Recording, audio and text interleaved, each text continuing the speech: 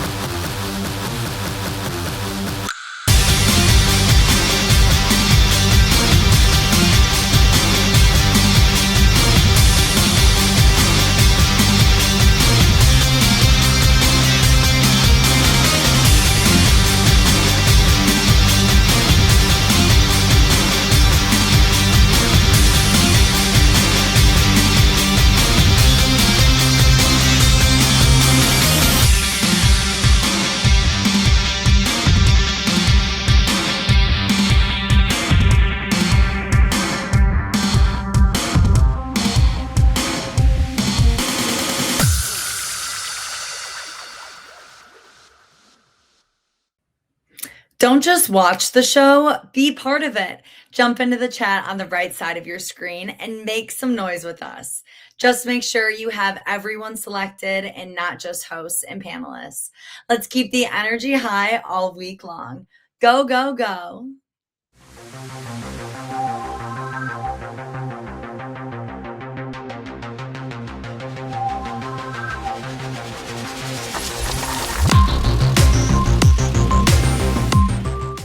This leader is helping shape the next generation of automotive talent and bringing it to one of the biggest student-led stages in the country. Please welcome Tej Southwick, 63rd General Chair of the Northwood University International Auto Show.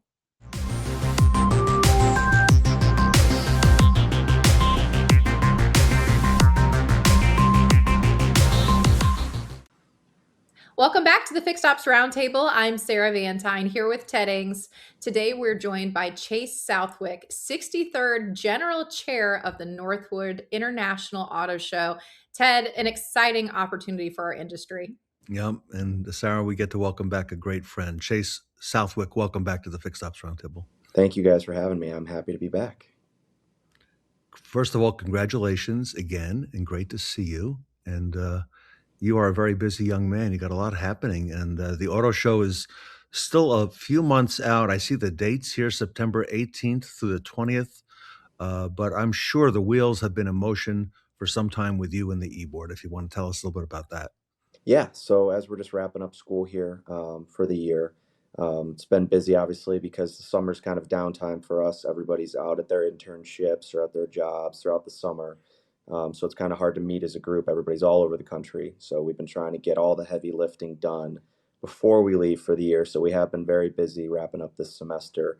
So a lot of exciting developments that I'd love to share with you guys, but we're rocking and rolling. Got, as I said, a lot of the heavy lifting done so far. All the bits and pieces are coming together. And yeah, I mean, when we get back to school in the fall, it's really only 3 weeks that we have to button up any last minute little things before the show. So it'll be crunch time in the fall when we get back.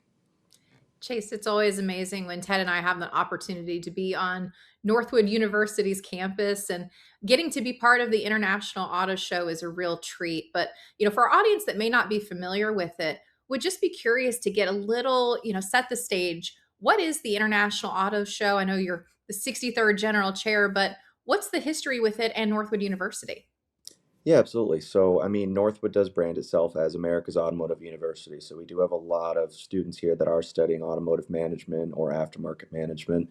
And the auto show has always been a huge staple of the entire school year here and for the town of Midland. It's the largest outdoor new car auto show in the country, and it's completely ran by all the students here. It's really nice to see all the students come together with the staff and the faculty and the local community every year. And we have over, 250 vehicles, which we're expanding to go over 300 this year.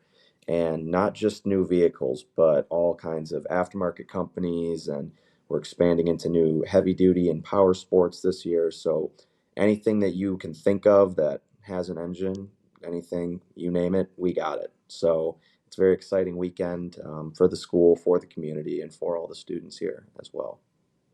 Chase, I know you got to work right away when it was announced that you would be the general chair. What's the theme for this year's show? Yes, so our theme for this year, I'm very excited about, is Northwood Drives America, which is going with the 250th anniversary of our country this year, and also with all of Northwood's values that they follow here. So we're very excited for that, kind of going with how the automotive industry is shaped, American culture, and especially being so close to the Motor City in Detroit, and just you know what a big piece of our economy the automotive industry really is, and just how vast, and not just the domestic brands but the international ones as well, and how those have really contributed to our country. So we're excited to tie that all together. Chase, this is the biggest outdoor auto show, I believe, I've been told, in North America, or certainly very close to, if not the biggest. Tell us approximately how many, for those who haven't come, okay, and Sarah and I will be there this year as well, Mhm. about how many people come on campus for that weekend, because it starts on September 18th. Yeah, so our show it's a free show, so we don't have exact attendance numbers because obviously it's outside and people come and go, but throughout the weekend we estimate around 50,000 people come and go throughout the whole weekend of the show. So it's very big for the community and for the campus as well. Chase, it's amazing to hear the theme and all of the pieces that you're working on. I'd love to get just a little more behind the scenes on what you're planning for the upcoming event, because there's so many different students that are involved in this, not just that are the students that are focusing on automotive specific degrees, but really the entire campus gets involved in this show. So how do you start that planning process now, and what exciting things can we look forward to? Yeah, so it's really nice to see all the students come together because you don't just have to be an automotive major to participate in the show. We have all kinds of different business majors at Northwood, and it's not just being a team captain or a team member, but we have all the hospitality students that come together to put on. They do restaurants on campus throughout the weekend for all the guests, and our signature events team puts on the auto show gala on Friday night. There's just so many different events that go on. It's the homecoming for our football team. So it's not just the auto show, but so many different pieces. And I would estimate at least half of all Northwood students that are, on campus students participate in some way in the show, whether it's on a team or putting on the signature events or working, really any aspect of the show. So it really does bring the whole campus together, which is nice. And you mentioned the many students that are involved. You've got an e-board there, and I can't help but notice that some of the students whom we met over the years and now have helped us a little bit with the Fixed Ops Roundtable these past few months are involved. I know you've got some big names on there. I think we talked in the green room. I think Emma. I think Bella. Who else that we may know is on your team? Yeah, so we have Emma and Bella as two of my department heads. So Emma heads up all of our marketing, and she does a fantastic job with that. And then Wow. Bella runs all of our signature events. And then we have Maggie Nelson. She is our logistics chair. I know you know her through Steven and everything like that, and a couple of our other department heads as well. Um, I have Carver Patel. He is my close friend who is the operations chair for this year's show. So he's heading up all of the new car divisions and everything like that as well. So some big names from the past as are some of our department heads. So good team we And got going. the show attracts everybody. I mean, you've got some, you mentioned big names from outside of Northwood who also come to the show as well. And it's just a real amazing culmination of all this stuff. And you work on this for a year, okay? Tell us about that, because this is not just like a couple months or a 6-month project. I mean, this thing has been in the works, and you've got a lot of, you mentioned inventory. Tell us about that as well. Yeah, so I mean, obviously, we work with so many outside sources to put the show together, whether it's companies, dealers, vendors. There's so many different aspects of it that we work with. So, it's not always the easiest to get in touch with some of these dealers because we work with, dealers and companies all over the state and even out of state. Yeah. So some are easier than others to work with and get a hold of, but everybody always comes together in the end. But it is a lengthy process, definitely, to reach out to these dealers and companies. Sometimes we have to travel downstate, go in person, and not everybody's the most excited to just hand over the keys to hundreds of thousands of dollars worth of inventory to these college students, and we got to kind of convince them. We've been doing this for 63 years. We kind of know what we're doing, but they're a little reluctant at first when we get some new companies and new dealers. But after we really explain to them the history of the show and how much we care for these things and how it's a big part of our lives too. So we do take good care of all of our inventory, and they're usually eager to help after we explain the whole process to them. And it just does blow my mind that they just let the college students do all of this and kind of run the show. But a lot of outside sources that we work with, big companies, and we're very grateful to them for participating. Well, Chase, you mentioned, these conversations that you're having with these organizations and dealerships across the country to source these vehicles. But I want to touch on another element of this that I have been so impressed by with Northwood University over the years. And it's really the skills that Northwood has equipped the students with, and the responsibility that they've equipped the students with in managing this entire auto show. And when Ted and I were last on campus, we were there during some of those setup processes, and we saw behind the scenes all the logistics that it took with students moving things from A to B and all of the planning with the roadways and the transportation. Talk to us a little bit about, what are some of the skills that students take away from being part of this auto show, and how do you measure, some of those processes and best practices as you're putting it on? Of course, yeah. I mean, leadership is a huge aspect of it because it's not just the e-board, but we have our team captains that run their teams, and they're responsible for, making all of their teams, getting people on there, getting the vehicles to and from the dealers. So leadership is a huge one, and it's a lot of responsibility, to hand over, $1 million worth of cars to this team captain and say, you're responsible for the weekend to take care of these. You never know, the dealer might show up and ask you questions about the cars, and you got to be on your A game. Sure. So And it is a lot of responsibility that goes into running this, and respect too. I mean, these dealers, we form relationships that last decades with them, so we have to make sure that we respect all of their product, our have it on the be on our A game and everything like that. So those are definitely some good traits that we look for, and just a lot of people skills too, with having people on the board that might have to go to dealerships, go to companies in person. I mean, you got to know how to sell the show to people, how to talk, and Northwood is really big on that, and the relationship building, and getting you out of the classroom and going to these places in person. So those are a lot of valuable skills that we're able to use to put on the show because of our experiences going to Northwood, I would say. I think folks from the outside are so impressed when they meet a student from Northwood University, and you've heard it before, I know many times, that they look you in the eye, they'll shake your hand, and they stand out. Northwood students are really big on that real world immersion. Okay, I know Northwood champions that as well, and you guys do a great job with that. And the talent pool that Northwood is amazing. Sarah and I have seen it firsthand. We know, all right, but we want to encourage all of our friends and partners and colleagues in fixed ops and throughout the industry to make plans to come to Northern Michigan, Midland, Michigan in September on the 18th to the 20th and visit the Northwood International Auto Show.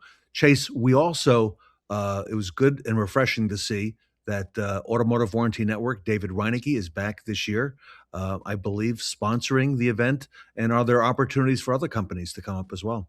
Yeah, David and his team are super excited to join us again as our head diamond sponsor, and they're fantastic. They always they had a great time at the show last year coming up, so we're super happy to have them back again. And we have a few other new companies as well that we have sponsoring, like Tennessee Performance and Fox Motors Group. So a lot of good opportunities there, but there are many opportunities for more companies. We're always looking for new sponsors, not just for the show in general, but for the individual events that go on throughout the show. So we're always looking for new people, and we're grateful to some of the connections that you've given us, Ted, that have led to connections with these companies. But always looking for new sponsors and opportunities as well. Yes. It goes both ways, my friend. You've introduced us to a lot of folks as well. You mentioned the team captains because I believe each of those vehicle brands has a team captain. And I saw some innovative things that some of them did, many of them, most of them did last year to really personalize those brands. And Chase, you guys go all out for the show. Yeah, I mean, we always encourage the captains to, go big or go home, and we do an award ceremony for them after the show where we honor them and we kind of pick out the best and the brightest of all the teams and, do a little, celebration for them and all their hard work. And I think one of your esteemed colleagues on the Fixed Ops Roundtable, Isabella Stevens, she did a fantastic job with her booth last year. She was the team captain of Alfa Romeo, and she set up a little like Italian cafe in her booth with like espresso and cannolis and all this for the guests at the preview. So that was one of the biggest, eye-opening things that I saw at the show. And so we've been encouraging more captains to follow her lead and go all out with their booths like that, because that's the kind of ingenuity that we look for in team captains and doing things like that. So that was definitely knocked it out of the park last year for us. Well, Chase, for our audience that wants to make plans, wants to learn more and find out a little more about the Northwood University International Auto Show, what's the best direction to get started? How do they reach out? Yeah, absolutely. So we have we're on every social media platform, with our marketing team led by Emma. We're posting every day and about all the opportunities of the show. We post all the new companies that we're signing. So that's a great place to go to view all of our updates on our Instagram and our Facebook, which is all just NU Auto Show. And then in the ticker at the bottom here is our website, which has all the information on the show as well, including show dates, times for all the events, and also the link for all of our sponsorships as well. So that's a great place to go to view all of the information. This is a big deal, everybody. Sarah and I will be there, as well as the Fixed Ops Roundtable team, and we enjoy. I think Sarah, this will be I think and I think your fourth time back, right? For an auto Yes. show. Yes, and this is exciting for me because now this will be the first time I'm coming back to Northwood University as a student in the Automotive MBA program. So this will be the first time on campus for me where I'm actually a Northwood University student as well.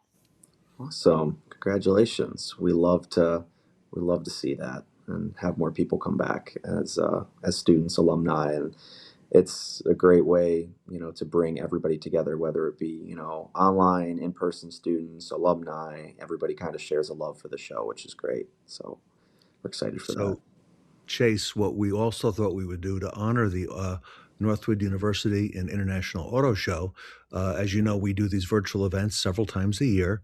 We have a show that's going to be starting in September, right after the Northwood International Auto Show. It's going to start on the Monday following the show on September 21st, 5 days.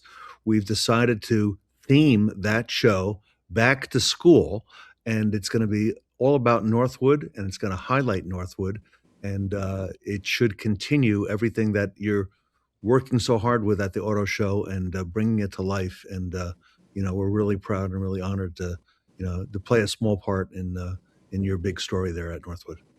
Thanks, Ted. We're very excited to see how that pans out and get more students to, engage with Northwood and hopefully attend. So that's awesome. Excited to see how that goes. Everyone, if you want to reach out to Chase Southwick, he is very active on social media as well.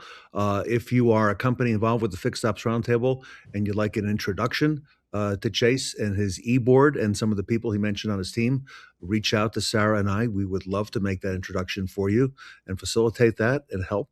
And I'm also going to be up there in a couple of weeks. In June, we have the annual 1 week long full tank camp that you've got going for the high school students. And that's where I first met you, I think 2 years ago at the full tank camp on the Fixed Ops Day. Yeah, I was a chaperone there 2 years ago. That would have been right after my freshman year. And the full tank camp is amazing for any student that's, interested in automotive.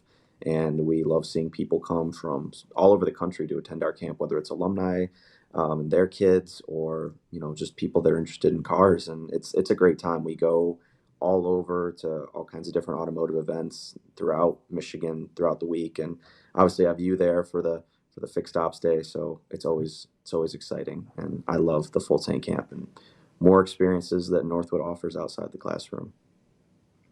Chase, thank you for all you do for all that you and Northwood do for the industry. Thank you.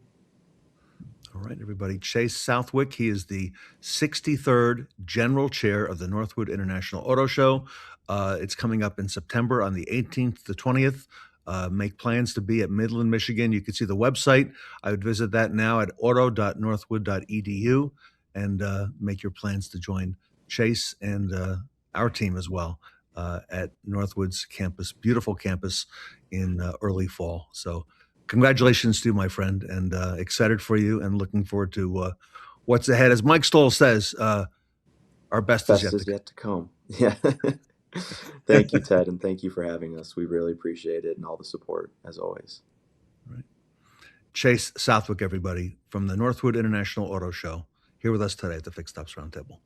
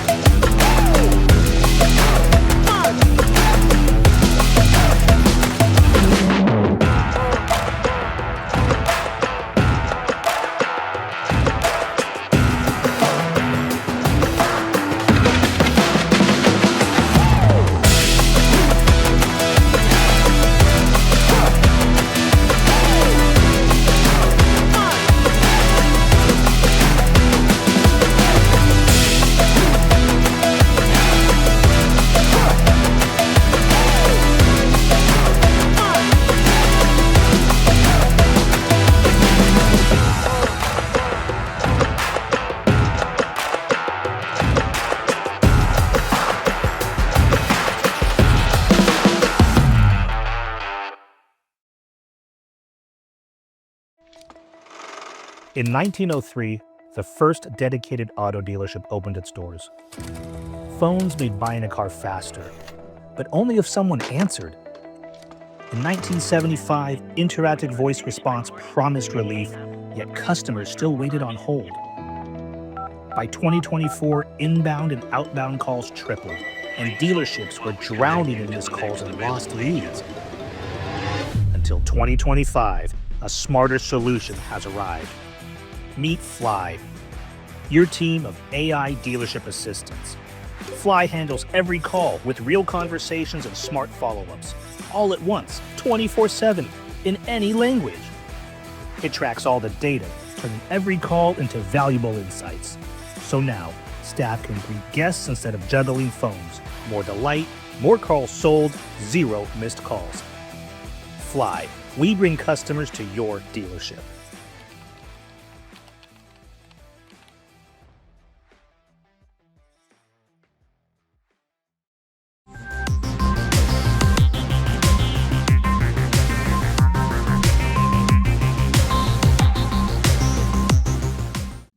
He's turning your data into dollars and real action. Please welcome Tej Soni from FrogData.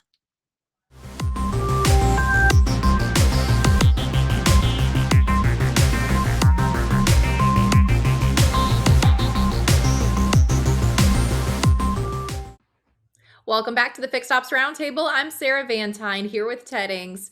Today we have the FrogData panel, and Ted, exciting news coming out of Fixed Ops Velocity and solutions that really help dealerships focus on decline services. Sarah, you're so right. We have the man with us right now, Tej Soni. He is the CEO of FrogData. Tej, welcome back and congratulations on all the success with Fixed Ops Velocity and throughout the market. Thank you for having me. Always a pleasure. And yeah, we're excited with the way it's going. Fixed Ops Velocity has turned out to be a big success.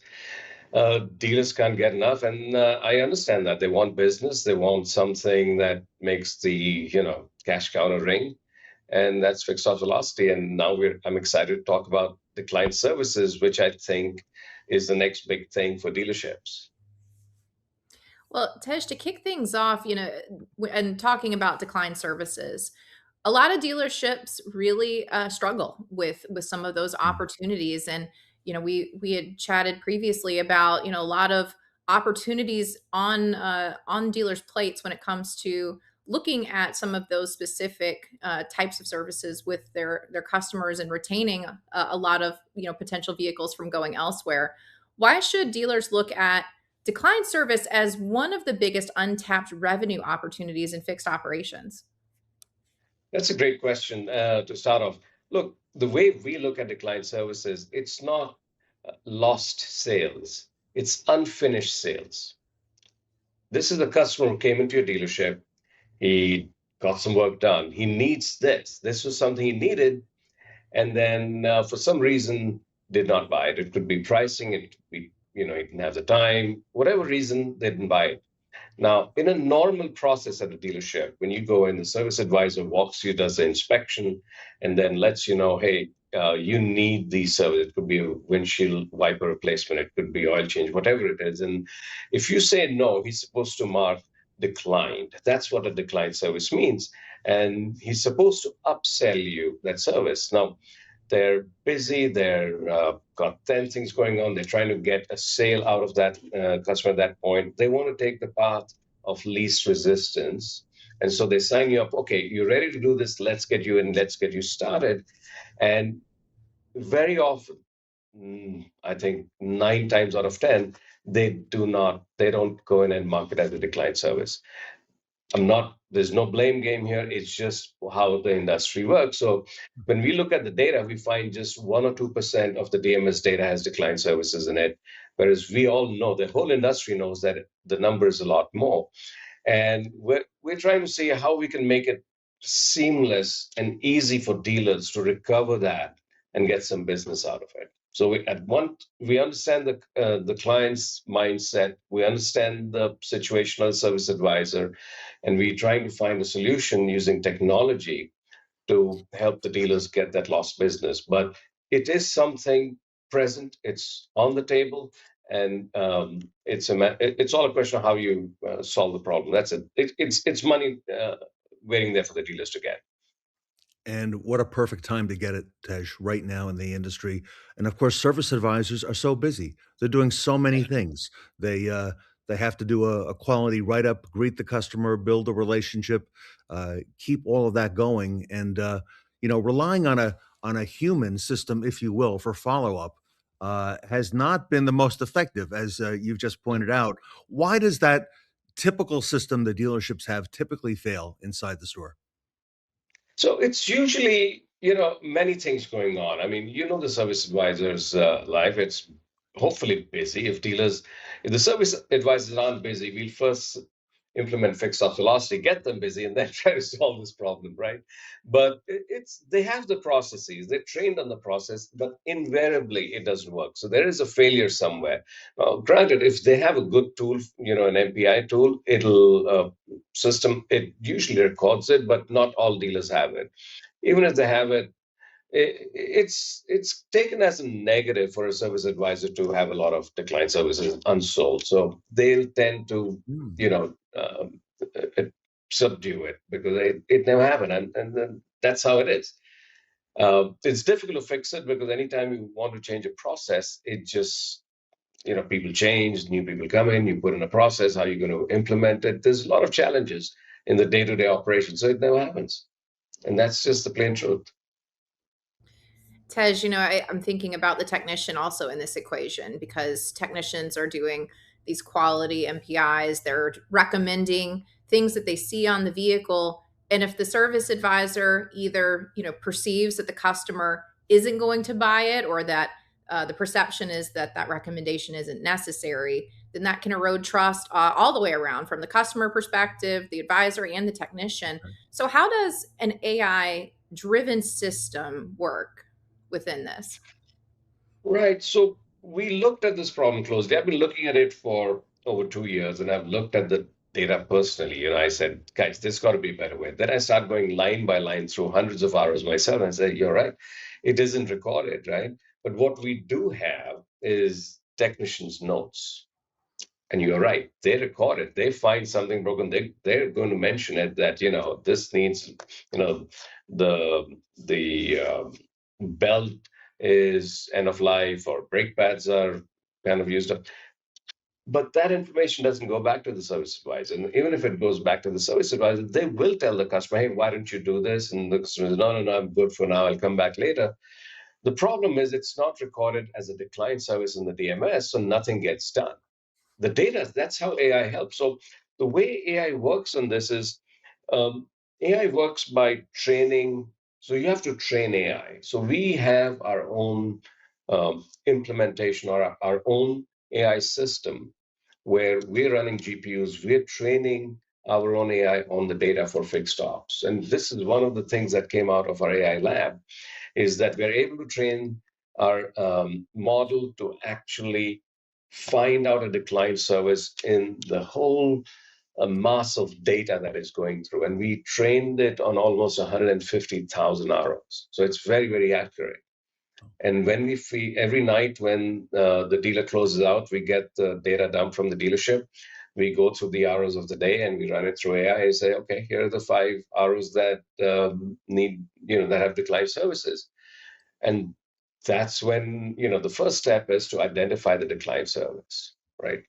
The second step is generally what happens in a dealership or any system, even today, the MPI systems, they find there's a declined service, they'll shoot out a coupon to the customer. You had a declined service, it's 10% coupon to come back.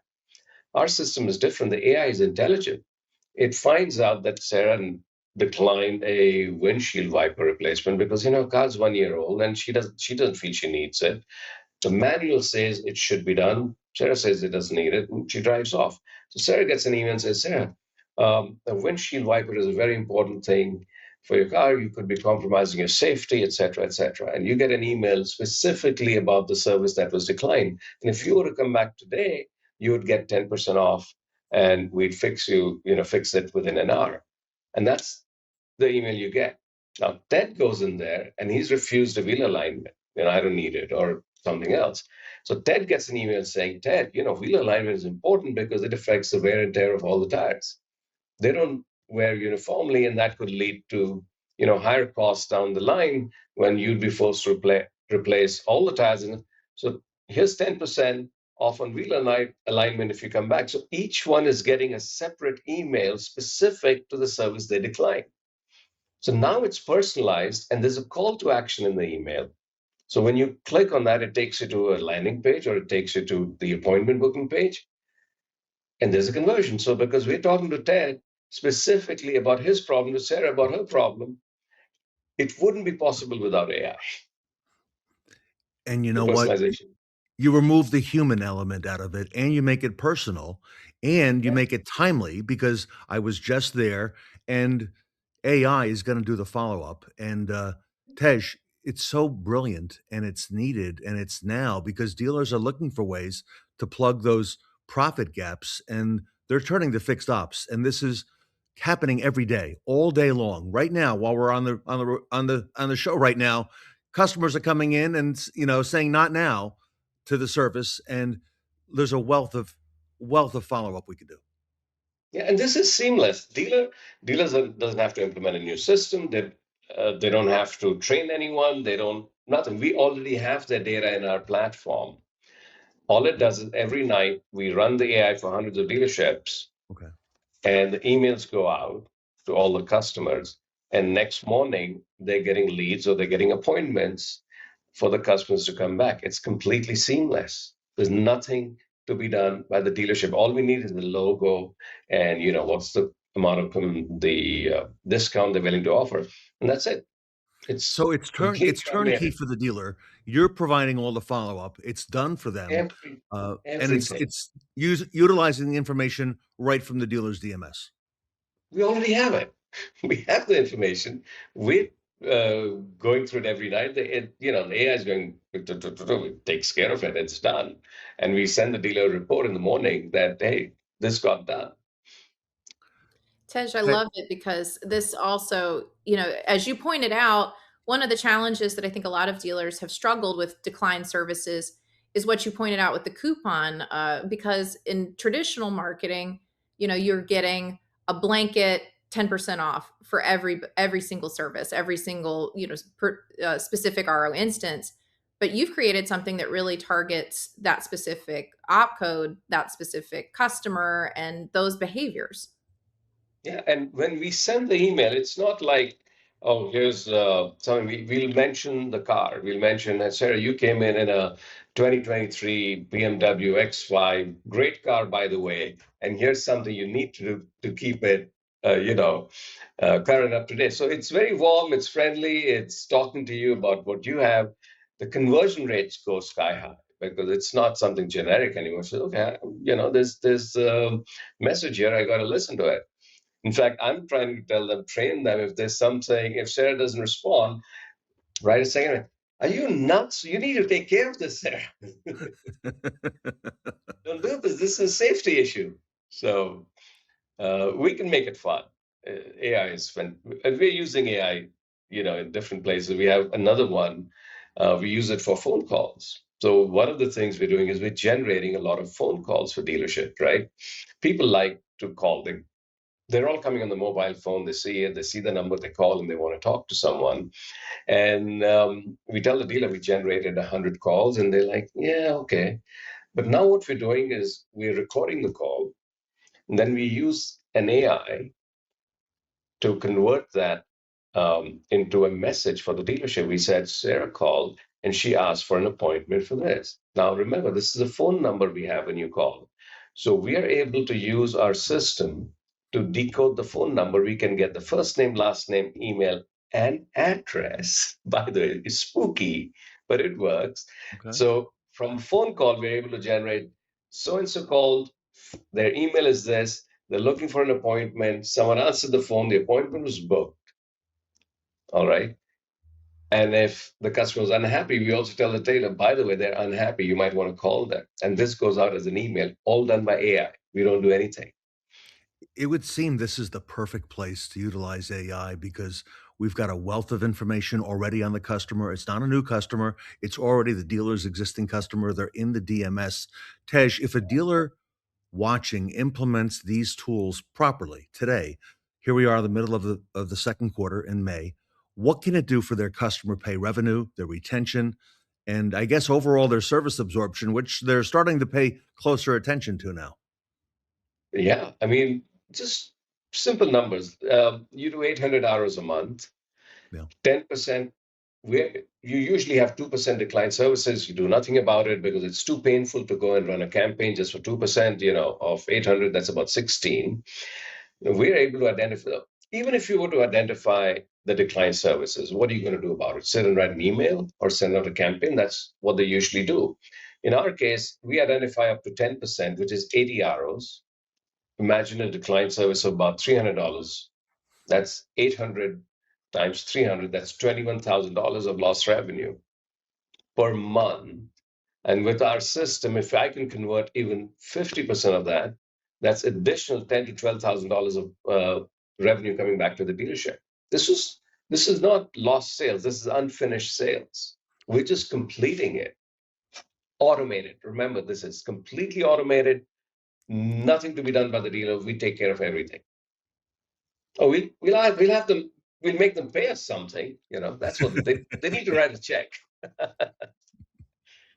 But that's the beauty of it. I mean, there's real dollars in this because it's a big number when it adds up. And if I can get the dealership at $10,000 additional business a month, I don't think they're going to complain at me. Hey, mister, you do nothing, sign the contract, and you'll start getting $10,000 a month. Sarah, you've always told me that the fortune is in the follow-up, all right? And this is the follow-up tool. It utilizes AI. It utilizes the existing information with existing customers. As Tej said, these are sales that are just unfinished. They're not fully tapped yet. Yeah. It's so true, Ted. And Tej, this is an incredible opportunity for dealerships to really complete this full circle for the customer, to have a better customer experience, and to follow up and have these customers come back to their dealership and maintain the incredible care that the vehicle needs. For our audience today that is wanting to learn more, that has questions, that wants to see how FrogData and Fixed Ops Velocity would work for their dealership, what's the best first step to reach out and get started?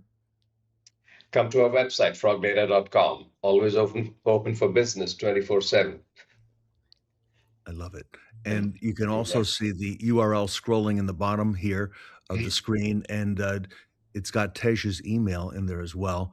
Tej is super active in the industry. FrogData has an amazing, great name. And Tej, thank you for reminding us, of this super opportunity, and that you have the tools to help us right now and help dealers who are watching right now. Yeah, I mean, thanks for having me. It's really a pleasure talking to you guys. And, we're hoping that we can help dealers.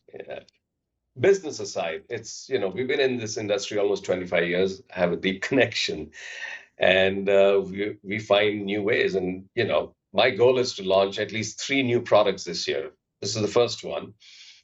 We already have the next 2 being built out. You'll hear about it. Very, very good, very interesting AI system that we're launching for dealerships. So whenever you're ready, happy to talk about it. Everybody join the FrogData revolution, Sarah. So exciting stuff. Tej Soni, everybody, from FrogData and Fixed Ops Velocity, here with us today at the Fixed Ops Roundtable. Thank you. Welcome to Porsche Sacramento, where excellence is measured in more than just the cars we sell.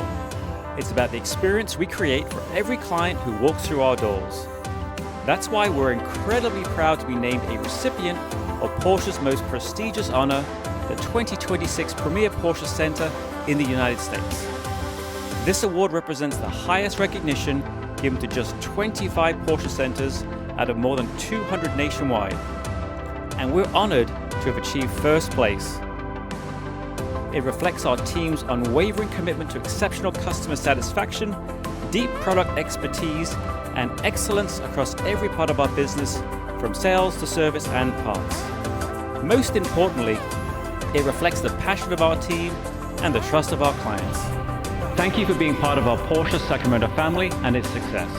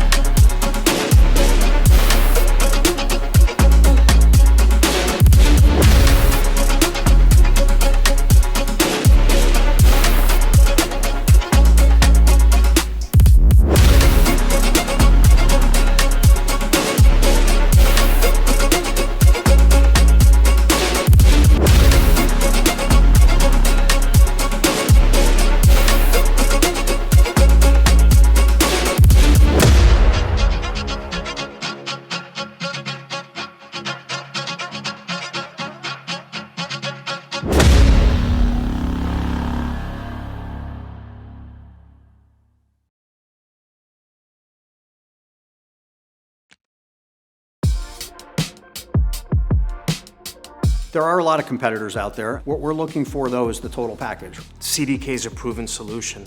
The support is ongoing, the development is ongoing, and for us, there is no other solution. I really believe they know our business, they know the automotive space, and more they continue to be able to help us use the system the way we want to do business. That relationship is really what this is all about. You don't have a relationship with software, you have a relationship with the individuals behind the software. That's what we're really comfortable with CDK.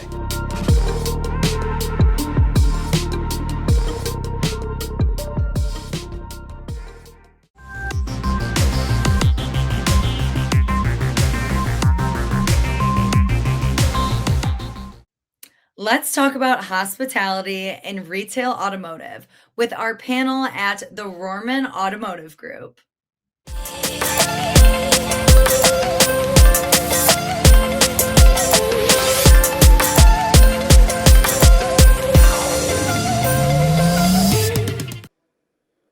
Welcome back to the Fixed Ops Roundtable. My name is Stephen Hackbarth, and today I'm joined here with the Sarah Vantine. And Sarah, we have an amazing panel here today at the Rohrman Automotive Group's Schaumburg Kia grand opening. We do, Stephen. This is an exciting lineup that we have here today. We have Mike Stoll of Mike 360. We have Nick Ruffolo of Rohrman Automotive Crew, Brandon Hall of Alliance Dealer Solutions, Ed Roberts of Bozard Ford Lincoln. Gentlemen, welcome to the panel. Thank you. Thank you. And guys, we hear the word hospitality a lot in this industry. How do you define true hospitality inside a dealership, and how is it different from just good customer service? We want to open to you, Brandon. Yeah, absolutely. It's a great question.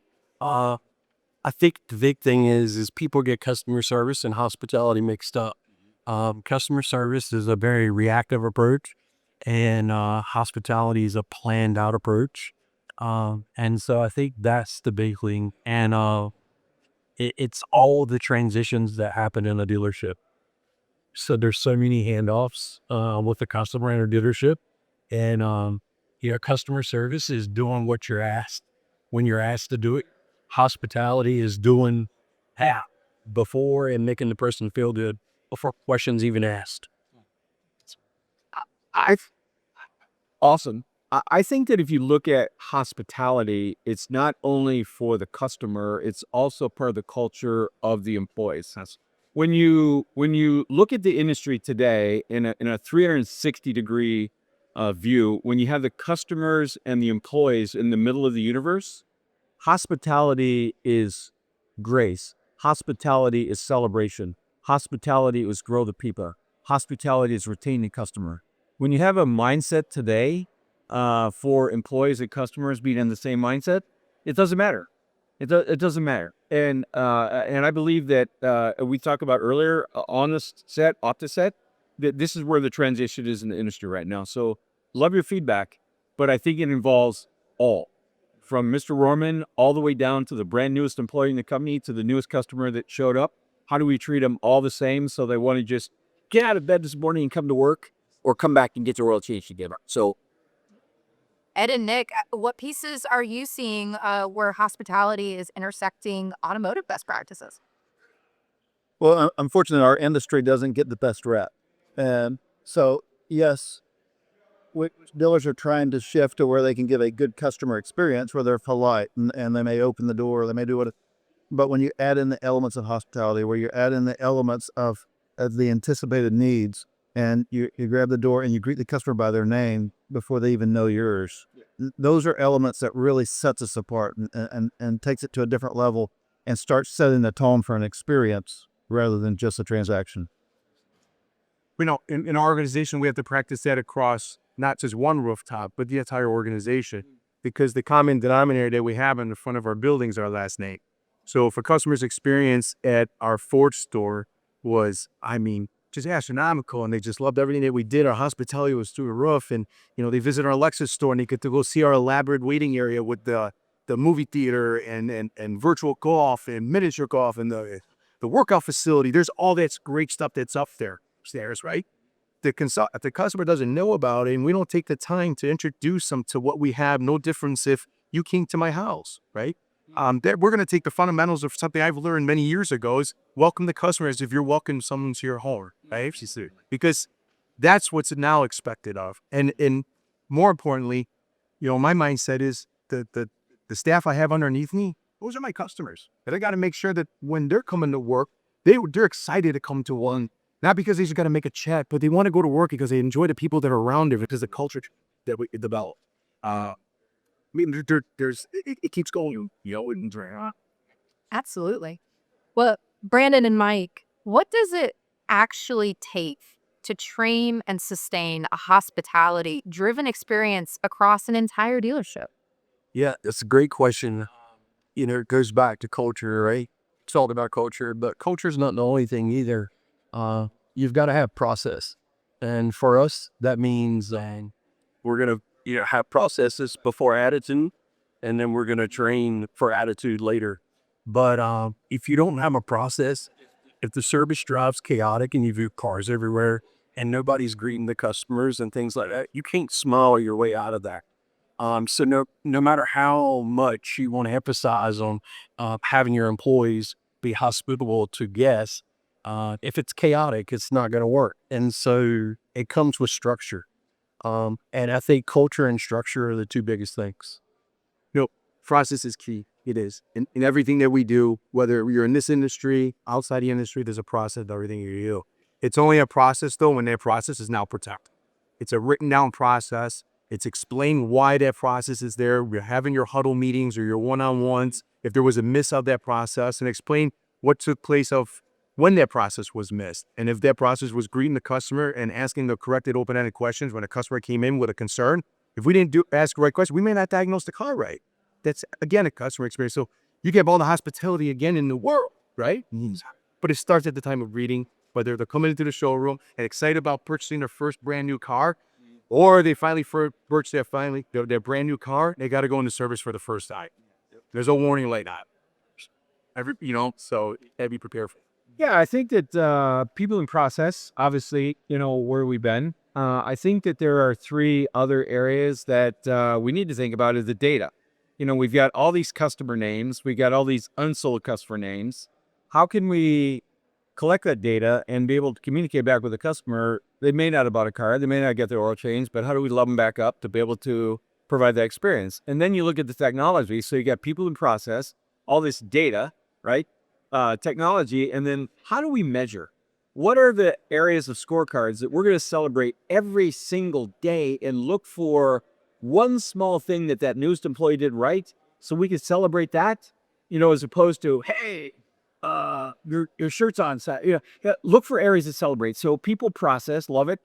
Data, leverage the data to retain and delight the employees and the customers. Leverage the technology to make it more frictionless. And then put a scorecard together where everybody's happy about everything you're doing every single moment of the day. But you know what? Just to piggyback briefly what you just said, in the Rohrman Automotive Group, though, we do things along those lines. So when we do have, say, an advisor got a survey that was, excellent. They just mentioned the advisor, how well the job they did from either the tech video or just a follow-up. We have a newsletter that we share in the organization. So every employee, when they get their pay through our pay app, they get a notification that, hey, so-and-so from this store did this. And there's the clippings. Take it right out from whatever it might be on a Google review or on a survey. Now their colleagues can now read that. So now if it's like, well, if you could do it, how come they can't do it, right? Yeah. And I want to be recognized on a newsletter because, guys, at the end of the day, we're in a very competitive business, both internally and externally with other dealers and independents. So keeping yourself and standing away from the rest, is going to make you shine. Yeah, and I'm going to put a bow on that because we talked about hospitality being proactive. And in the absence of process, everything's a reaction. Yes. And there is no hospitality in reaction. Sir. And I think the big thing is you hit it on the head, right? People have options. Yes. And you're in a very competitive market, no matter what city or state you're in. And so when the customer leaves, hospitality is a feeling. And so either they're going to feel, hey, customer service wise, they fixed my car. If you're hospitable to them and you have that culture built into the dealership, they're going to leave here and say, not only did they fix my car, but I trust this place and I'm going to come back. I can tell they care. They truly care. Absolutely. You know, and it's This is an exciting time in our industry to be able to unpack all of the best practices when it comes to hospitality. Absolutely, and it's a common thread line that I'm picking up on is that it's an intentional mindset throughout every single process within the dealership. So That it is. Well, gentlemen, we're here at Rohrman Automotive Crew. It's an exciting day at Schaumburg Kia. Stay tuned. We'll be right back.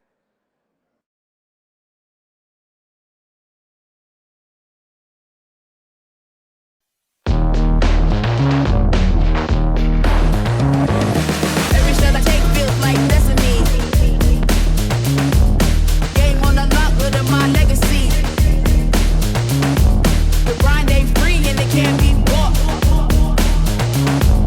Grind ain't free and it can't be bought. Mind of a champion, I'm bringing every thought. I set the level, I set the tone. When the game's on the line, yeah, I'm standing alone. I set the level, I set the tone. When the game's on the line, yeah, I'm standing alone. They ain't never done it like this before. You know I'm the best, you can take that sword. They ain't never done it like this before. Set the bar high, then I raise that board.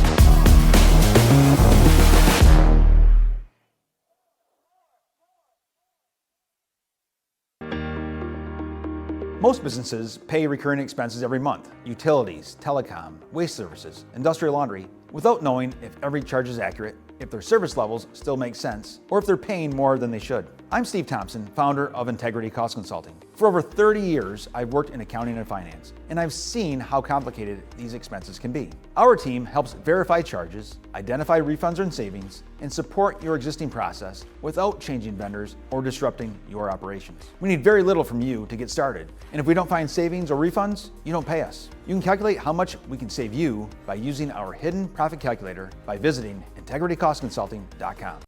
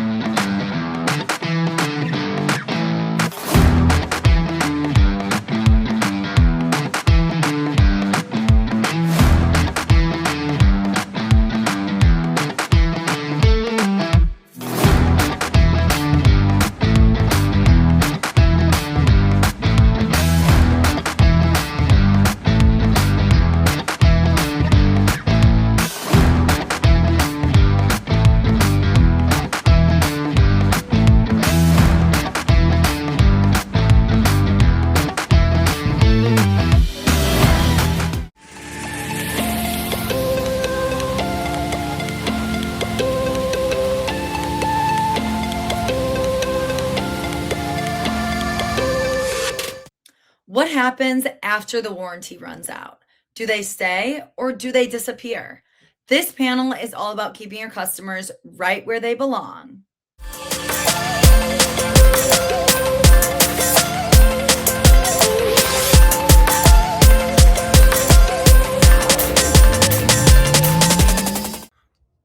Welcome back to the Fixed Ops Roundtable. I'm Sarah Van Tyne here with Ted Ings. Today we'll be discussing Beyond Warranty, Stop the Leak, Keep the Customer. And Ted, this practical conversation, we're going to be addressing two of the biggest fixed ops challenges: hidden profit leaks inside the service department and customer drop-off after the warranty period ends. That's right, Sarah. You're so right. Spectrum Dealer Alliance is hosting the panel today. Want to go ahead and welcome our guests. Stephen Jameson is here, as well as Kyle McEvoy. Okay. Welcome to the Fixed Ops Roundtable, gentlemen. And our audience will find also no stranger to the roundtable. Marco Zwanenburg is here as well. So, gentlemen, welcome to the event and welcome to the Fixed Ops Roundtable. Thanks, Ted. Well, to kick things off, Stephen, I'd love to come to you first and then Kyle and Marco. Just to set the stage, why do so many customers disappear after the warranty period on their vehicle ends? And what can dealers do to help prevent that transition?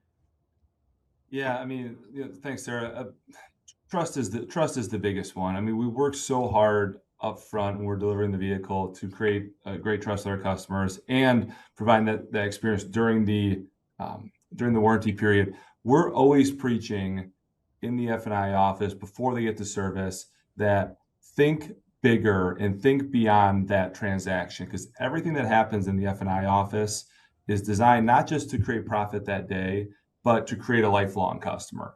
And the things that we're doing up front give us the best chance to keep those customers long-term beyond the initial warranty period. So, oldie but goodie products, things like service contracts, things like prepaid maintenance are absolutely going to help build trust and build brand equity with that dealership. So I don't like to solve process problems with product solutions, but really the service contracts and prepaid maintenance are products that help create strong processes for the store to retain customers long term.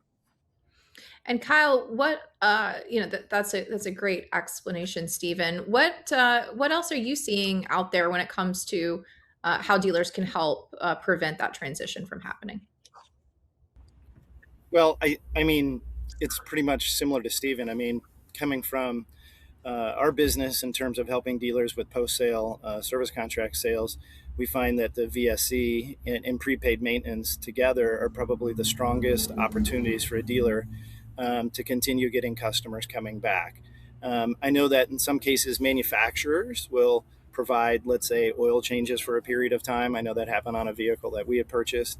And I think another opportunity for dealers is when those are nearing the end to make sure they're proactively presenting prepaid maintenance products and VSC products to customers, because they're going to come in for that free oil change, but after that you might lose them. So having a process to identify when those are nearing the end and coming up with a strategy to pitch those programs at the appropriate time makes all the sense in the world. And Marco, how do these practices impact technicians and the shop? Well, of course, after the warranty period is over, that's when the real maintenance usually starts for the car, because they're 3-4 years old, so they're going to need tires, they're going to need brakes. So, for example, tire and wheel packages can help us out too. But it's not just the what can we do, where can we do it? And I think about being very, very respectful of a customer's time, because I think that's one of the biggest things why they defect from dealerships. By pickup and delivery, by mobile service, etc., we can take the product sold by F&I and really cultivate on those and really make a big profit on it while keeping the customer's time in respect and keeping the drive full. I like all that. Stephen, let me come back to you. What are, in your opinion, what are some of the biggest misconceptions that dealers have about customer loyalty after the warranty expires? Yeah, I know there's a lot of data out there on this. It's painful to say, but this is Anecdotally, I ask this question all the time to my customers, my general population friends, people not in the business. And when they ask me what I do for a living, and I'll often answer that by saying, "Where'd you buy your car at?" And because I'll say you probably saw a finance manager and you were offered these various products, and hopefully those products are mine. And I'm telling you, over half the time they can't even remember the name of the dealership that they bought their car from. The anecdotally, it's just the customer. We live and breathe in this world. If you're a car dealer, your dealership means everything to you. Customers don't feel that way, or the vast majority of them don't. So it's I think there's a big misconception that the customers are engaged as much into where they're going to service their vehicle after they buy it. A lot of times they can really remember where they bought the car from, not to mention where they're going to go take it for service. So that's where we need to engage and really work at keeping the customers there. So to me, that one of the biggest misconceptions is that they care enough about their dealership relationship as we think that they do. And it's our job to make them care, and make them care by making it a seamless experience for them, whether it's through the through the product experience, or some of the things that Marco mentioned, that make it just as easy as possible for a customer to get back to the selling dealer to service. Great point, Stephen. Kyle, a lot of the most savvy dealers and fixed ops directors especially know that the vehicle service agreement is a great retention tool because it keeps the customer coming back. Speak to us about some of the misconceptions that you've encountered along the way with dealing with so many dealers around the United States. Well, I think one of the misconceptions is that the dealer thinks that his own people are following up with customers after they bought a vehicle, right? I mean, I've had a dealer sit in my office and tell me, "Oh, well, my F&I guys are following up with all their customers." And then the first thing I ask them is, "Okay, what about your service drive? Who's following up with them?" Right? And of course they look at me, "You know what? You're right." So I think the issue is there isn't a process in place for that to happen in most dealerships, right? And so they really need to consider having some sort of program or something that forces that process to happen. The other thing I wanted to add on the misconception on customers after the warranty expiration is I've also found that dealers don't realize how many customers service with them that did not buy a vehicle from them. And so often I've had a dealer group tell me 90% of their service drive is someone who actually bought a vehicle from them. Through their data, I prove half of their service drive customers actually did not buy a vehicle from them. So when they're looking about service and service retention, they can't just focus on people that bought a car from them. They have to be thinking about what we call the foreign visitors, or the brands and the people that live in their area that didn't buy from them but will service with them. Makes a lot of sense. Marco, we just had on here Cox Automotive with their new 2026 fixed operations and ownership study, and they talked about some of these things, and they talked about service departments competing with independent shops, which really is the biggest competitor. It's not your fellow dealer with the same nameplate a few miles or a few dozen miles away. It's the independent shop, and customers become more price sensitive post warranty. What are your thoughts on all this? Oh, absolutely, absolutely. And I think it's a multifaceted approach when it comes to defecting to independent shops. It is partially trust. Dealerships just have the overall air over them that, we're just a big corporation. We don't care personally, etc. So I think that we can do a lot when it comes to personalization in the F&I process and the sales process and the service process. Second of all, the pricing, I don't think really is the biggest point, as long as you can show the value of your product, especially if you utilize, like I said before, the pickup and delivery and the mobile service, to where you respect the customer's time and you still go after the people that normally would defect. But we also see that with all these MPI videos, etc., that come forward, that the technician becomes more and more of a focal point of the dealership. So you build transparency and you build trust. I think we have a long way to go, but I don't think the battle is far from lost nor far from over. And having products like a vehicle service contract, warranty extensions, etc., those will greatly impact the outcome of how this is going to play out. And Marco, as a follow-up, if I may, the dealers who eventually, when the warranty expires, will end up competing with some of those independents. The advantage the dealer has, Marco, is that technician who's had all that training. I think it's you who told me a factory trained technician goes through more training than a medical doctor does on an annual basis. Just to follow up with you on that. Well, you got to think of like I actually have an acquaintance of mine who is a surgeon, and he has respect for automotive technicians because he said the human body hasn't changed in thousands of years. The heart is where the heart is. As when it comes to these vehicles that we work on, every 2-3 years something new drops out, and let's not forget about the facelifts in between and all the software updates that we deal with. So you really have highly trained and highly trained and capable people in the service department with OEM equipment that will scan the right vehicle with the right answers, and we can easily and quickly diagnose and repair your vehicle and stay within lines of the VSC service contracts, what is covered and what is not. So it's just a win-win.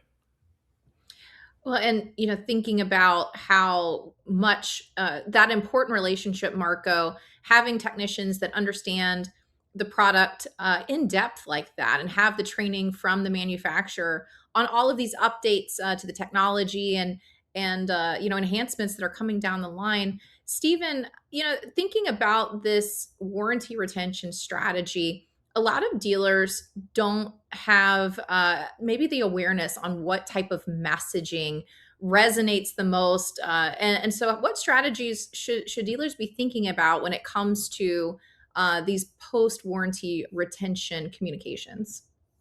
Yeah, first of all, I don't know what Marco's talking about. Every year I get a little bit older, I think my body changes a little bit too. So I like the newer model of the older model of my body, but that's all right.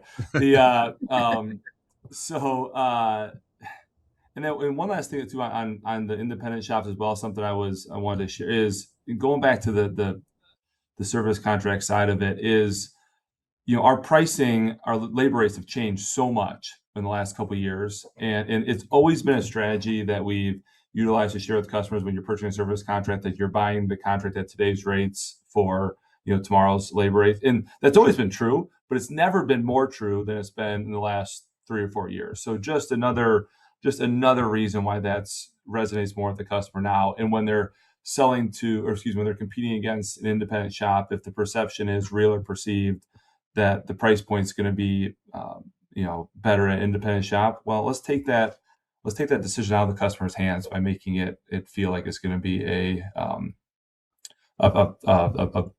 essentially a free repair by being done at the store. So, in terms of the messaging, for post-warranty reception, ease is something that we want to lean into. Create a VIP experience, and we have had some customers that have had success with membership type programs where they feel like create a special experience for the customer that's coming into that store, and that messaging starts early. They've lumped the VIP component into a prepaid maintenance piece or a service contract. The other big thing I'd say to that is we're having a bigger trend with dealers branding their own service contracts. So where they're essentially taking a contract that we create for them, and that we're going to administer for them, but they're going to put their name on it or it may not have their dealership name on it, but it's going to have a brand that's unique to them. Because we all know that if you're selling an OEM contract, they don't care where you go. Whether you go to a Ford store, they don't care if it's your Ford store or the guy down the street. So I think that the trend for dealers to white label their own contracts is going to be a trend that can keep that messaging, I said once again, from the vehicle purchase point, and to really make the dealer stand apart from what's out there in the industry. Kyle, this communication piece is, as Stephen pointed out, these VIP programs, making the customer feel special. I totally agree with that because, we've all heard of, we're trying to reach you about your car's extended warranty, those types of communications that sometimes go out that feel very impersonal. So how do you see dealerships effectively utilizing these post-warranty retention messaging where it resonates the most? Well, I think that the key to it is to try to tie the messaging to like triggering events, right? So they're not random. So in our world, we'll tie it to a recent service visit. We'll tie it to they're nearing the end of their manufacturer's warranty. We'll tie it to they're nearing the expiration of the service contract they bought from the dealer when they bought the vehicle. We look for ways to create messaging that just is relevant, right? It's relevant to a recent visit, so it doesn't seem so random and so out of the blue, right? And that we find provides a much better result and provides a bigger response, right? Because it's the brand is familiar to them because they were just there. The repair cost was a reality to them because they just paid it. There's all kinds of ways that makes that now information seem like a good idea to maybe investigate further to see how it might help them. Very well said. And Marco, this is more important than ever when it comes to the strategies that really keep the customer coming back to, like you said, those technician relationships. And technicians really help also frame these communications and conversations. Oh, absolutely, absolutely. It's you can best compare it to going to a restaurant. You get the same menu in front of you as anyone else does, but what makes the experience memorable, what makes you coming back to that restaurant, is when the waiter or waitress approaches you on a personal level with a little bit of personality in it. Makes it fun, makes it engaging. Every decision is emotion based. So you will base your decision to go back to that restaurant on an emotion because you had a good time there. You got the same menu just like everyone else, but you got treated and that in a way that really, really resonated with you and stuck with you. So I think this is a model that we're seeing dealerships switch to, that less and less, including F&I, because it was used to be the joke of the man in the black glass box making the decisions, to now it's all out in the open and there's way more information available. Same with technicians, same with service. I think that we and fixed operations have started to cultivate the seeds planted by F&I as they should. We have started the process. We got a long way to go, but I think we're becoming more and more personable and more transparent in our daily operations. Everybody, if I can, here we are in May. We're in the middle of the second quarter, looking out over the balance of the year. The industry is changing. There's a lot more transparency. Stephen, you started off talking about trust early in our conversation today.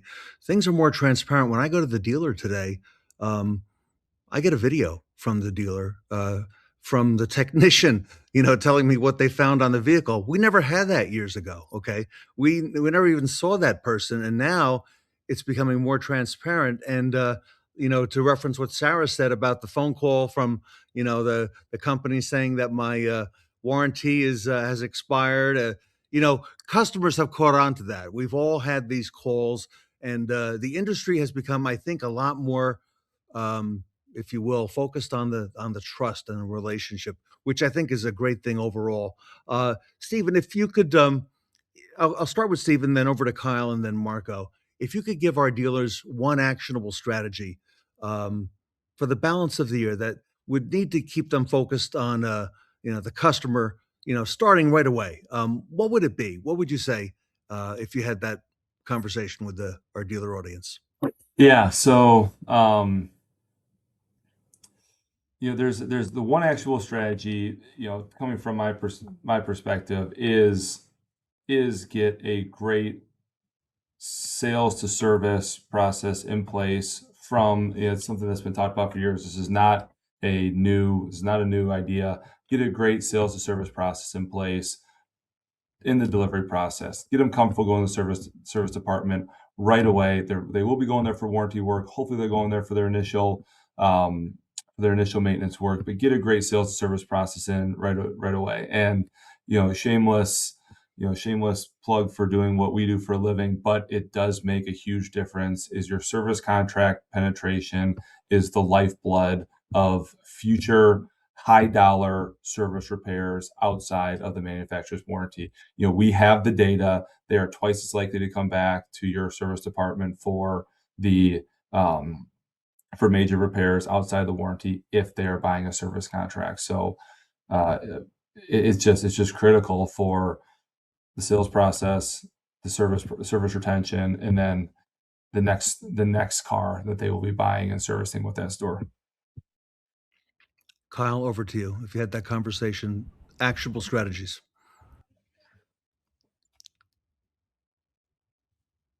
They should have a post-sale VSE program, right? I mean, why wouldn't you take the people that didn't buy, follow up with them through the entire life cycle of the ownership of the vehicle? And why wouldn't you take those service drive customers coming in that didn't even buy a vehicle from you but are obviously loyal enough to be servicing their vehicle with you? Why wouldn't you be introducing them to that product? Maybe they didn't buy it from the dealer they bought the car from.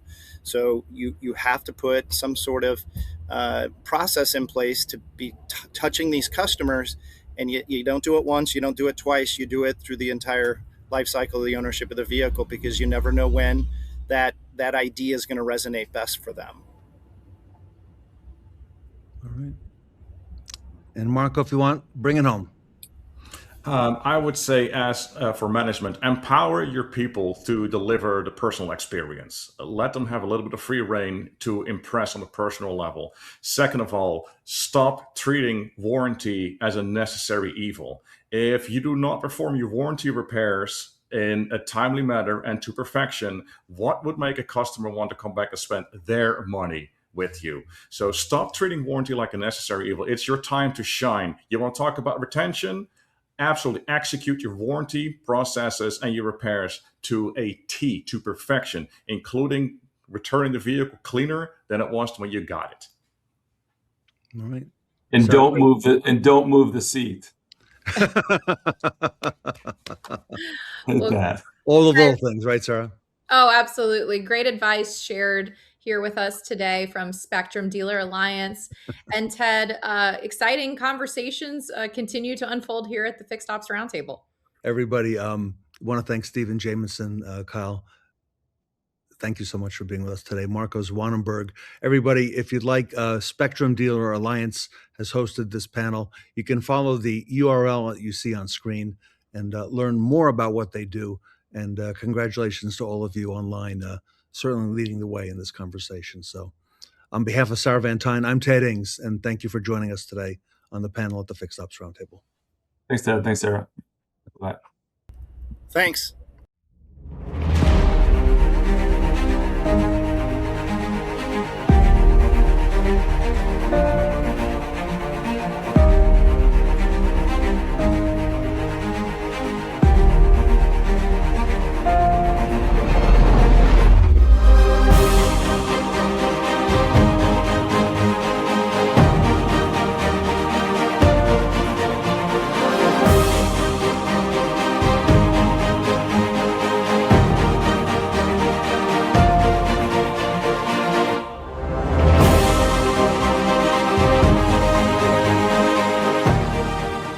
Hey guys, Nick Lawrenson, CEO of Alpha Drive. If you're looking for AI at your service department, here's the truth. Not all BDC AI is built to complete the job. A lot of solutions out there only handle a fraction of the calls and then transfer them back to your internal staff, defeating the purpose of you having AI in the first place. If you want good AI, as you're doing your research to find the perfect AI company, look for a company that has a high appointment conversion. At least 55% of your calls should be converted into an appointment. Look for a company that has a high first call resolution and isn't transferring all the calls back to you. You want less than a 25% transfer rate back to your dealership. And third, look for a company that has a high customer satisfaction, and the AI should be grading that for you. If you want all three of those things and you want to stop your search right now, contact Alpha Drive AI today, alphadriveai.com. Look forward to talking to you. Thank you.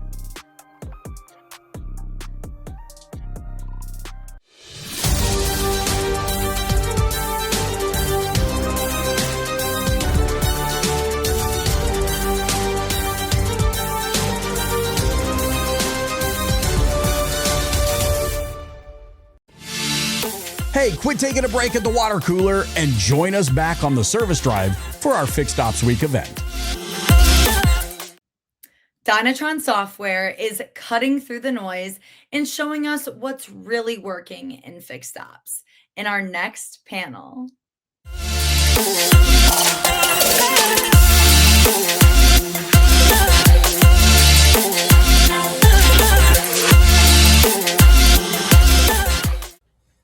Welcome back to the Fixed Ops Roundtable. This is the Dynatron software panel, one of the great highlights of the show. A lot of good friends here I see on the panel. Our wonderful, wonderful friend and colleague Maureen Martin from Dynatron is with us, is going to be hosting and moderating the panel. First, Maureen, welcome back to the Fixed Ops Roundtable. Thank you, Ted. It's always great to be here. Great to see everybody. I see some friends I haven't seen in a while. Stephen, great to see you. Mike and Kim. All right, I'm going to go ahead, Maureen. I'm going to step off into the green room. I'll come back on the other side near the end. And Maureen, the show is yours. Thank you, Ted. Always great. So it is my privilege to introduce to you our panel today. So with me, we have Mike Weldon, and Mike is an industry consultant for the Center for Performance Improvement.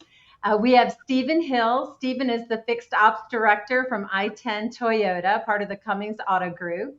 And then we have a special guest with us today, Kim Skovold. Kim is actually one of our client performance coaches for Dynatron. And so I'm just super excited to bring this panel together. Being that it's Fixed Ops Week, we just dug right into Fixed Ops and brought some really unique perspectives. And I'm excited about the conversation. We've kind of titled this panel to be Fixed Ops Excellence. We're going to talk about cutting through the data fog, margin erosion, and the forced choice myth.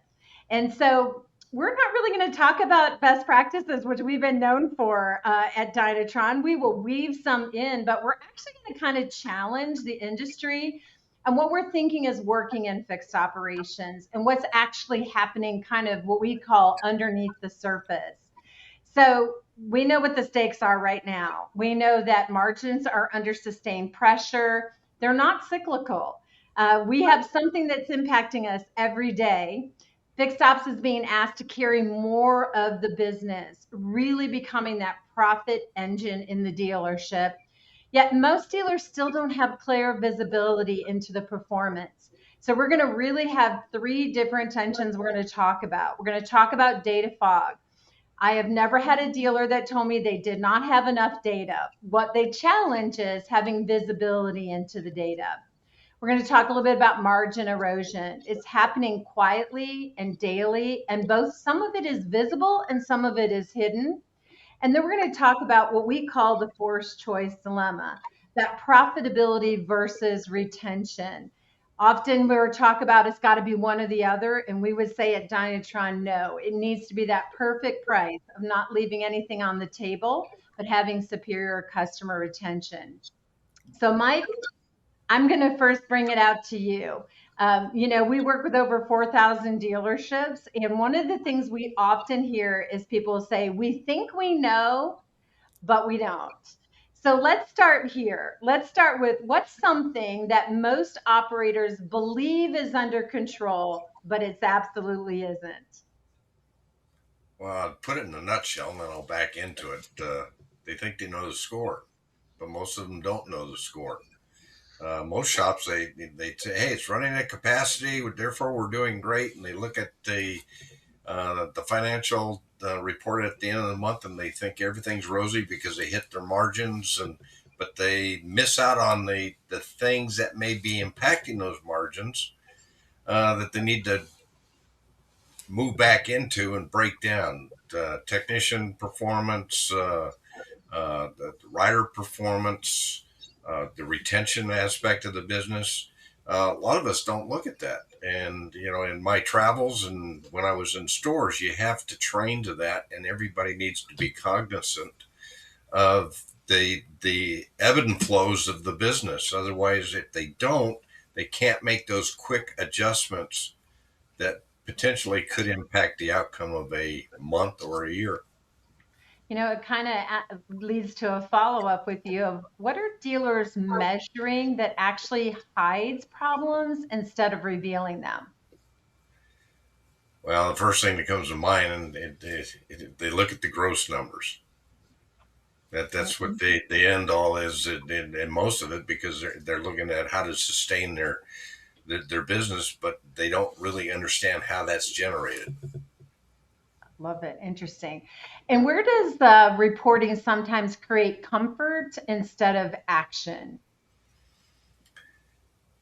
We're doing okay. Oh, we're better than the guy down the street.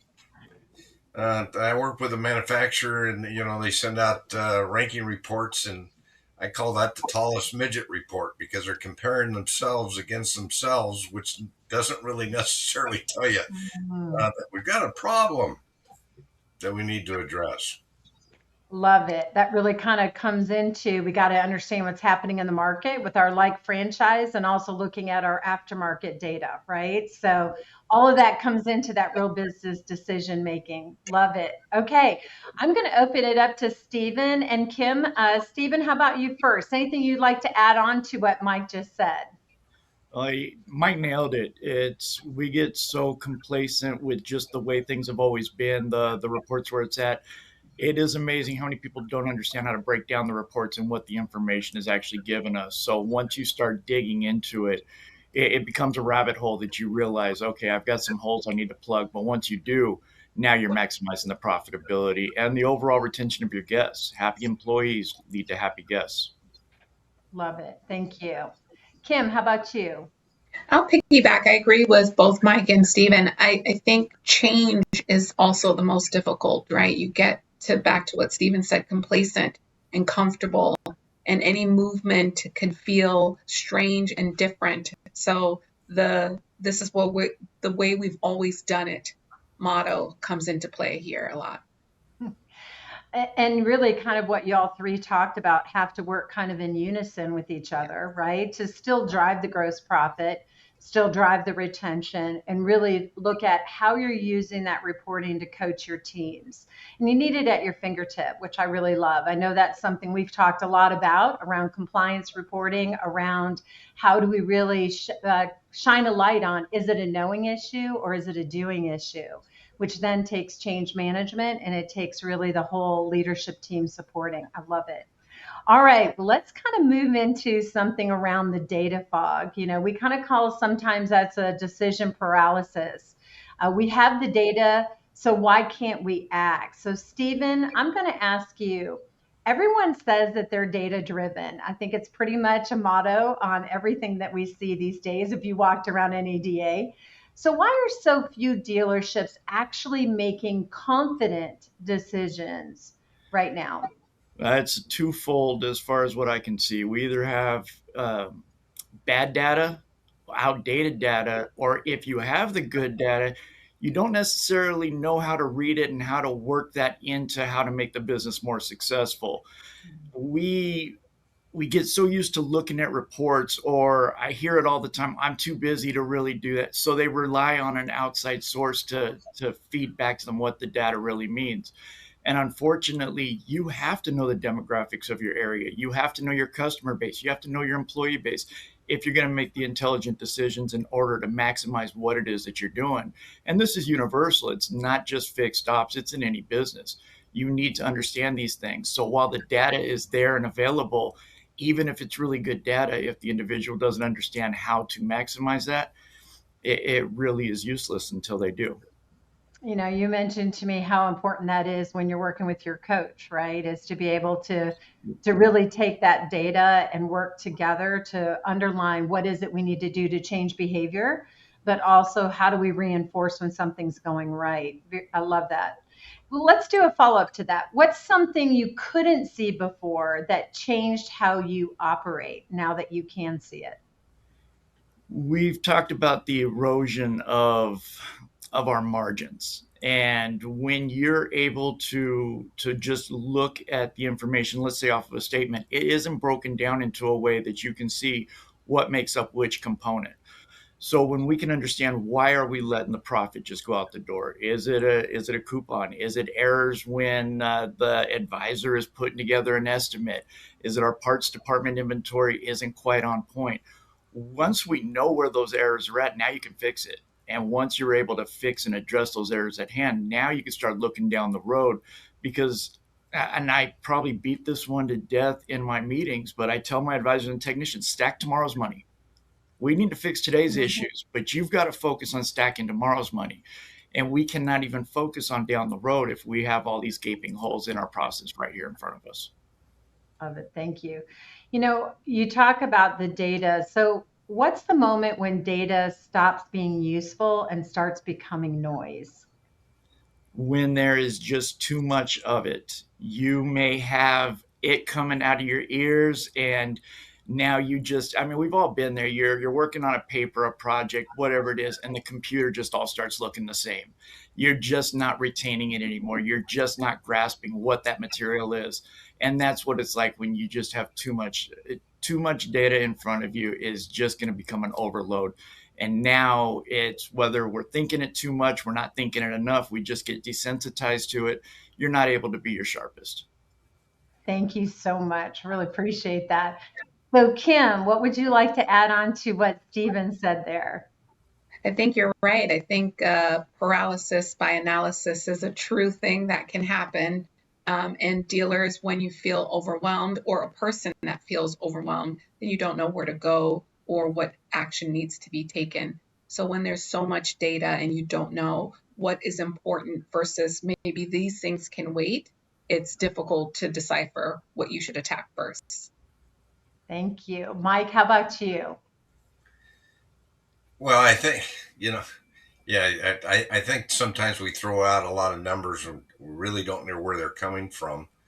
I use an analogy, the KISS method, which keep it simple, Sally. Now I changed that and I cleaned that up.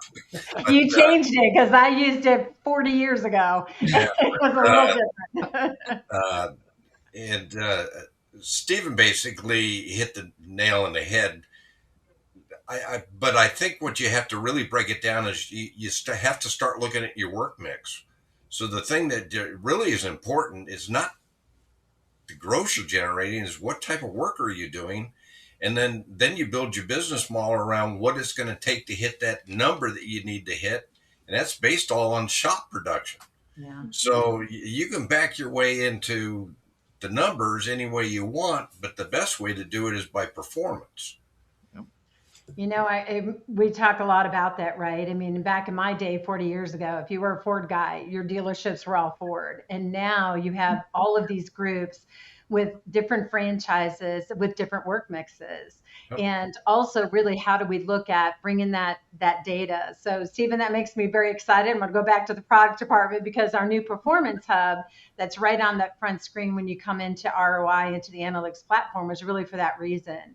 Because you can slice and dice data anyway, but how do you make it so that it really draws attention, tells you what you need to do today, what are my action items, and make it happen? So love it. That's great. Okay, now we're going to talk a little bit about margin erosion. I'm going to go to Kim. And Kim, I mentioned, you've got a unique background in what you come to with Dynatron, as an MBA, having been a service director in a big store in the Bay Area. And now you work with over 60 different dealerships that you have a privilege to be a client performance coach. So we could always have talked about like margin erosion, what's happening. It's kind of like death by 1,000 cuts is what we used to talk about, right? Because it's not only CP, it's effective labor rate, it's looking at all these things, whether it be warranty, internal. So let's talk about margin leakage specifically. So where does margin leakage happen that you see the most in dealerships due to pricing inconsistency, and where does that show up in real life in the dealerships? The most areas that I see this happening is the improper use of operation codes. Op codes are what every dealership needs to understand is how they check and monitor health, right? You go to the doctor, you have a symptom, it is documented, and that is how disease prevention is created. It's the same in a dealership world. How does one create a shop that is effective based on the illness of the vehicle that's coming in? And it's the operation codes. So what we find the most when I'm looking and working with my dealerships are the profit leakage starts with the inconsistencies with how we measure what we're doing. If we do not have proper operation codes in place, we do not know where to measure or where we're going to go with these measurements. Love it. So how much damage does discounting actually do versus what we think? So there's an invisible discounts, I like to call them, with the dealerships. The things that we think are not affecting us because we can't see them. It's the $2 here, the $50 there, the adjustments based off of how an advisor feels a price should be because the customer is telling them of their woes. And it's important of consistency because we're battling something in the automotive space that we've battled forever, which is the trust. And pricing, even if you're giving a discount, leads to mistrust because then the pricing consistency is not there. If you and I have the same vehicle and we start talking and I say, Maureen, what did you pay? And I paid a different price. Even if I paid less, it's still not going to feel good. And ultimately, the feeling of the customer matters with their return. But you're being able to document that erosion is also important because in the event you have a coupon and you can't measure the effectiveness of that coupon, is it worth issuing a coupon on these services? Is it giving you that ROI? Pun intended for Dynatron on the ROI. Is it giving you that ROI that you expect from a coupon? And now how do you measure that? Again, back to the operation codes, back to utilizing the right tools so you can measure, are we pricing our tools, our services effectively, and are our service advisors executing the price we intend? Yeah, we've talked a lot about that, right? Because that was a big part of Dremel going into Dynatron is to be able to look at the labor categorization, look at the 3 C's and the parts categorization, because it doesn't matter what privilege of meetings I get to attend in the industry, using proper opcodes is one of the number one issues that impacts the fixed operation side of the business to be able to manage and to grow it. So thank you for that. Mike, I know you and I have talked a lot about this particular area, so I'm going to come to you next to really comment on what Kim had shared. Well, I read an article that should resonate with anybody that is tuning in, that 12 dealers are set to lose $12,000 per customer by them defecting within the first 2 years of ownership because we are not clear on pricing. Sometimes we shoot from the hip, and we need to understand, and that's why we need to break it out where you have your maintenance pricing, which is going to be at a competitive rate, which you should have, that should stand out. And you're going to have your repair pricing, which most independents don't want that business because it's time consuming. And then you have the new business that we're now getting into is EV. And that's different, but you need to price everything that's relative to what you're doing. And so many times we just throw it into a big basket and we try to hold the same thing, which, I think Kim stated that's where we lose customers because we lose trust. We're not trustworthy, and because we're not clear, and we need to be clear and concise. We talk about the quarterly mystery shopping that we do, and a big part of it is not just for the customer, but it's to build that confidence with the service advisor that we are perfectly priced, right? Because as Kim said, that trust, and when I'm in there, I need to be able to tell them everything and feel very confidently about that. We got to try to do that. Yeah, Stephen, I'm going to come to you to comment in, and I want to circle back to Kim on one other thing I'd love her to comment on. Well, I am going to go and take it a different avenue, but the same topic is we take away the value of what we do and what we provide. And unfortunately, we constantly are devaluing, whether it's an insecure advisor that isn't quite confident, whether it's on the pricing or what it is that's being done.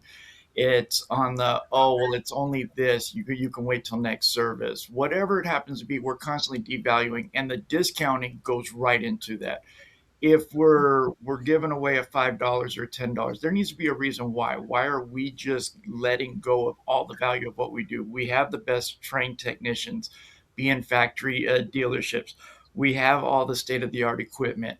We have the all-in-one package, but yet we're constantly just devaluing everything that we built up here, and that is being shared over to the guest. And when you don't have that consistent pricing, when you don't have a valid reason as to why, you can't even begin to fix it because it's already spreading out there. So we need to figure out, how do we get that value back in? And usually it starts with our people, training, educating, and allowing them to feel the value in what it is we do. I love it. We talk about value a lot, don't we, Kim? You know, when you really take a look at it, is if otherwise the only thing you're talking about is price versus the value of what we bring at our dealerships, which is incredible. You know, Kim, I really think about what you have said in this particular topic because we know how incredibly important it is. What are some of the things you're seeing that dealerships that really get it right? What are some of the things that they're doing differently to really overcome these pricing inconsistencies? I think the dealers that are getting it right, the first thing is they own it. They understand this is a true problem throughout our industry, and they're going to own and take full ownership of what it means to set that price with their team. The other thing that I see is they are also making sure they're looking at our data. The reports that come in on that dashboard, it's clear, it gives them a layout for them to follow, a playbook essentially of how do I identify areas of opportunity that are being missed or areas of opportunities that we're losing our dollars based off of pricing. So I think the dealers that are getting it right are taking full ownership and then holding their teams accountable, right? They're looking at the data, looking at the reports, and then following through with their team. And back to what Steven said, educating our advisors, making sure that they understand the impact of their $1 change. The $1 actually trickles down to many dollars. And so making sure that everyone understands their part to play in it as a team is important. And the dealers that are doing it right are making sure they're operating as a team and not as an individual. And all of those decisions have an impact when they go to do a warranty filing, right? You got to have the consistency and not the erosion on the effective labor rate. Love it. All right, we're going to do 2 quick lightning rounds, which I just love. So I'm going to come to each one of you. So we kind of talked about breaking the forced choice dilemma. And what we define is that there's always this tug of war, perception-wise, that you either have profitability or have client retention. You don't have both. We at Dynatron would say absolutely not. It is in the middle. It is looking at both of them, and we call it top box, right? So finding that perfect price by using market data, both like franchise that you have in a virtual performance group, looking at those mystery shops that are done every quarter. But it's really about how we make sure that we're in the right place and then use that in coaching and developing and delivering those services to the clients, which all of you have said, right? As Steven says, the guest himself needs to feel it. So what I want to do is I want to kind of ask each one of you. So let's address the elephant in the room, first of all, because one, let's just talk about it. Do you believe improving profitability hurts retention? And what's the difference between raising prices and pricing correctly? Let's see. I'm going to go with, how about Mike first? Boy, that's a good one. That's a good question. First, you got to do a yes or a no, and then you're going to give us an answer. Yes. All right. Here's what you actually have to do. You have to get out and inspect what you expect. You know, pricing right, you've got to see what the market is. You got to bring that back out in your environment, and then you got to coach to it. And so many times we tell people this is what you're going to do, and Kim kind of hit a nail on the head, is that we tell them, but we don't coach them, and therefore it doesn't stick. And you can't keep raising your prices to profitability, because you may serve one, but I'd rather serve 10. Yeah. Great point. Steven. There is that fine line in between it. Mike's 100% right there. It can't just be in raise, and we get into this ugly cycle when we are just raising and we're not incorporating the team into the whys. How are they ever going to establish the value if they don't understand why we're changing prices? No matter which direction it is, they need to be able to understand it if they're going to be able to have those conversations with confidence with the guest. So where is that at? It's okay, here is what the fair market value is for our area. This is, we were too high here, we're too low here. This is what our new plan is, and this is why. Now the buy-in happens. The technicians don't care. They want their end of it. The dollars need to be explained to the advisors. We need to be able to get that full buy-in there with their understanding. This is what we're doing. This is why. And if they understand it, we're going to have less of the discounts. We're going to have less of those missing dollars that Kim was talking about. We're not going to see all of that just going right through and being siphoned out. So it's taking that clarity of the data and then executing it with the why. Love it. Okay, Kim, how about you? Yeah, I'm in full agreement with Mike and Stephen. It's a yes. I think, taking a lot of the subjectiveness out of when it talks about dollars, we can't make it based off emotions. We have to look at the data. That goes back to our VPG, goes back to our mystery shops. It's showing us what the market is performing at and where we can be or should be or where we need to go or adjust to. And it's important to look at that data and make true objective decisions. And then again, back to educating your teams on the why. If they understand the why, they can then execute and also make sure that they feel confident in what they're selling, because the more confident you feel, then you're selling not the service only, you're selling yourself. And the customer appreciates anyone they can have a connection with and understand that they're truly being honest with them about the pricing and what they need. So it's really around that execution of improving profitability so that it drives retention and it drives buy-in from the team. So execution is the differentiator I heard from all three of you. So execution, not awareness, right? There's a difference between being aware, creating a strategy, and then executing on it. So everyone in this room, I know from all of our conversations, understands the challenges. We understand margin pressure, technician shortages, rising prices, really more demands from our customers in their guest experience, right?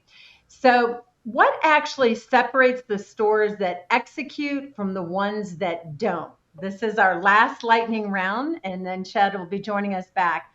So give me your thoughts. Stephen, let's start with you first. Absolutely. The ones that are more successful are going to have the buy-in from their entire staff. You can tell that they're well coached. You can tell that they're part of the conversation.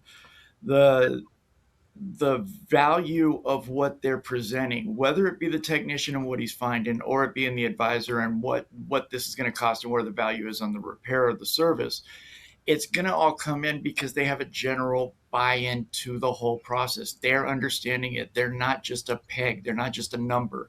It is the ones where they feel as a part of the team. And when they feel, I'm going to use the word again, when they feel valued, they're going to share that value with the guests. Thank you, Stephen. Mike? Everything that Stephen said is spot on. You're going to go ditto check? No. I think that the biggest thing that we miss is the transparency, and we got to be transparent, and we got to be transparent with our staff too. Our staff have to understand the why, and then we have to get out and make sure that they and watch them, and then coach them in private, of course, but coach them as they engage with the guests and see what the response that the guest has, and are we on, or do we need to make an adjustment? But I think you got to have the value there. Thank you. All right, Kim, bring us home in the next 30 seconds on your thoughts. So I'm in agreement with Mike and Stephen. I think the difference between the ones that executes and the ones that don't are the ones that also practice and repeat, right? Once as you share this information with your team, you're not going to share it once. You're not going to share it twice. It takes many days to build habits, healthy habits. So making sure this is not something that is a one and done.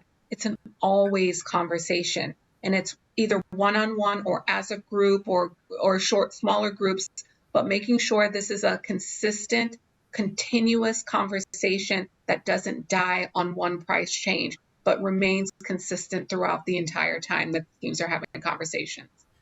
You guys have done an incredible job. Thank you so much. I think you just brought so much thought leadership there, Ted, in a short period of time. I really appreciate each and every one of you. Nice job, Kim. Thank you so much. That was great information.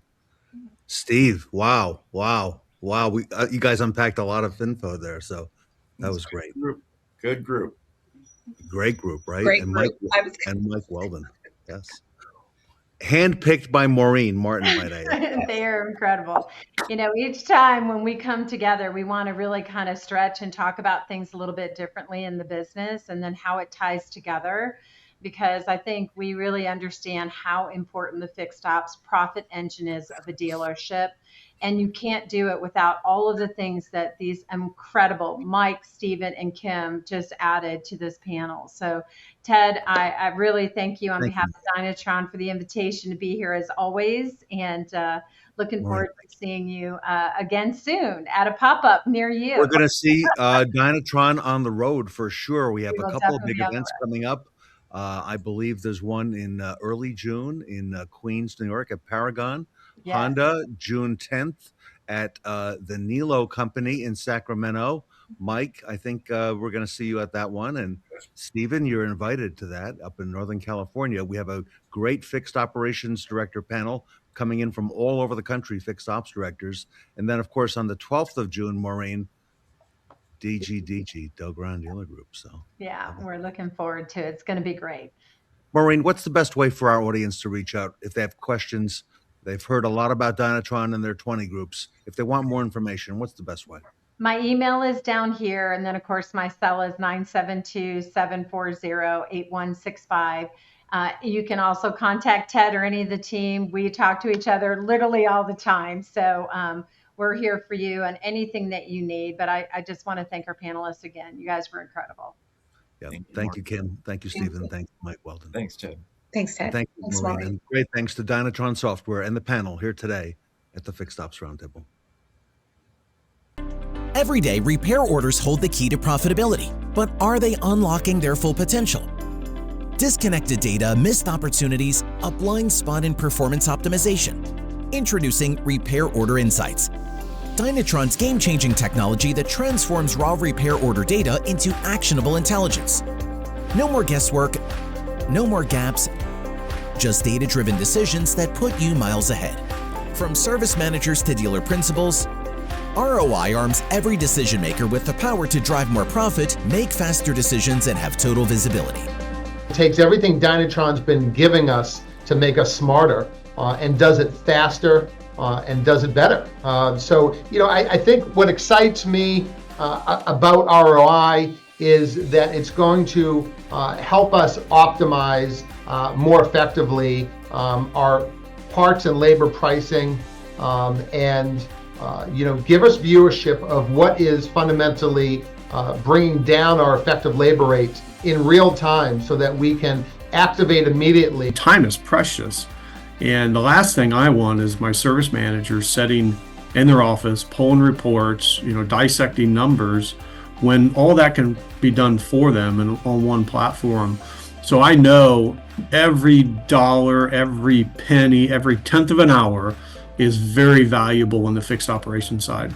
And certainly with what's going on in our world and country and pricing and inflations and stuff, it's more important that we capitalize on everything. And the only way that I know to do that is to have the Dynatron partners at our fingertips and have the data.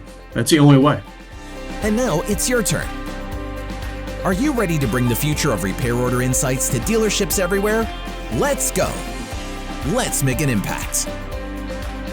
It's sort of like a batting average, right? If you look at in baseball, somebody's batting 400, they're going to the Hall of Fame. But that means that they failed 60% of the time. And unless you have the context of what other people are doing, what other batting averages are, you don't think that's amazing. I mean, they got to hit less than half of the time. That's garbage. And the reality is that's an amazing score, but you don't have that context until you push that up against the rest of Major League Baseball. And that context is what is missing at every dealership. Every dealership is saying, probably good enough. Yeah, we're going to have some mad customers. But you don't have any context at all unless you can see what everybody else is doing to understand what the averages are. From what I can tell and talking to customers, nobody has this information. Nobody has the benchmarking data. Nobody has the batting average capability to throw that out there and say, yep, this is actually best in class, even though you may think 40% of the time is bad. Nobody has the context of what everybody else is doing. And that's where the customer intelligence engine is super important, because you're comparing yourselves not to an arbitrary standard that you've set for yourself. You're comparing yourself to the market, and nobody's compared themselves to the market in the past. Parts managers run million-dollar inventories inside outdated systems that were never fully set up for how parts departments actually operate. Most dealerships don't have an inventory problem. They have a visibility and structure problem inside the DMS. That's where Parts Edge comes in. Parts Edge works inside your DMS to structure inventory the right way, by movement, behavior, and real-world demand. We design and maintain smart stocking source templates, act as a co-pilot for daily inventory decisions, and deliver clear reporting that shows exactly what needs attention and why. We're not a manufacturer automated replenishment system, and we're not a one-time consultant. Parts Edge is ongoing support for parts managers who want control, not chaos. Across hundreds of inventories, Parts Edge has helped dealerships reclaim hundreds of thousands of dollars and unlock 20% parts sales growth by fixing structure, not spending more. Parts managers deserve better tools for one of the largest cash investments at the dealership. Every part on the shelf is a financial decision. Are yours working for you?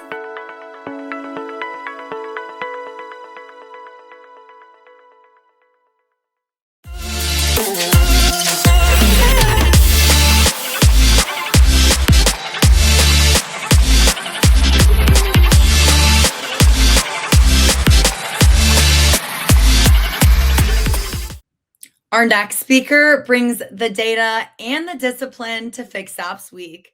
Please welcome Patrick Janes of vAuto.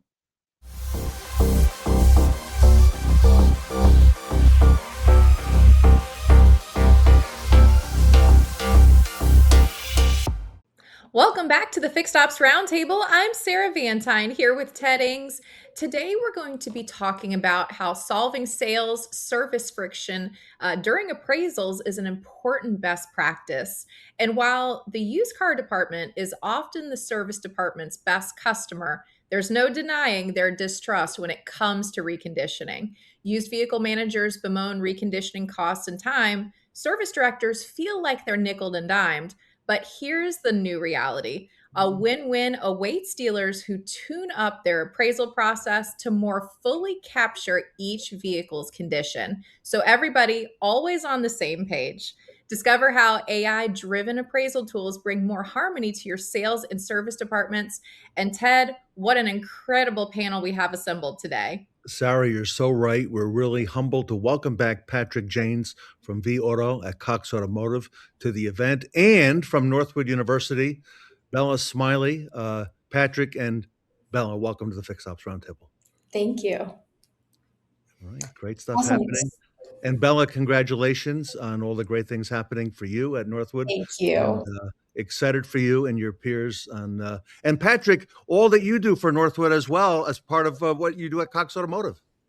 Yeah, I do. One of my favorite parts of my job. I don't know how Cox Automotive lets me get away with it, but I get to spend a lot of time up there, and I'm very appreciative. Right. Awesome. Well, we're lucky to have you. And Bella, I think you've got the first question today. I do, yes. So, Patrick, why do you view the appraisal process as a key contributor to the friction between what we see in sales and in service? Well, I want to put my old retail hat on, since I was a general manager for about 10 years at a dealership. And, back in the day, we might be able to go back to the 1900s, but we'll try to keep a little more frequent than that. But, we use guidebooks to put numbers on cars, right? We had a book in the back pocket that we looked at, to be able to, Ted, those days, right? We had to get a new one every week or every That's month, whatever right. it was. That's right. So we pulled the book out. We looked at what was going on with the cars, and that's how we put a number on the car. And back in those days, it was close enough, right? We had more information than the customer, anyways, right? So the number was the number. I think we've got some challenges today. First of all, the car park has aged significantly. The average car park is the average car on the road is like over 12 years old, which they say might have as much as 140,000 miles on it, right? So the cars are a little trickier, and so more work needs to be done. And I'm going to share a stat with you that I thought really interesting. we dug into the vAuto data. Of course, we have 14,000 rooftops on vAuto, and we see probably 50% of the retail used car sales, go through vAuto. So we got a pretty good sample size when we go in there and look at what's going on in the market. And we are seeing a significant uptick. I mean, about a 10, 15% uptick in dealers actually holding on to these older model vehicles. Sure. Now, why? Because we ended up at the end of March, I believe, with about a 38-day supply. 48 would be great. Those were the numbers we used to deal with. 38 dealer day supply of used cars. So supply is tight, right? And so they got to hold on. Normally they would wholesale those kind of edgy cars, but they are trying to hold on to them and recondition them. Now they've presented that to their service department to say, now I've got an older, edgier car that you guys need to recondition. And of course, the service department comes back and says, wow, there's some work to be done here. And then everybody's frustrated, right? Because if they miss that reconditioning value, then all of a sudden they've got a lot more dollars added to their cost. And, in your setup, Sarah, you said that the service director, might feel nickel and dime.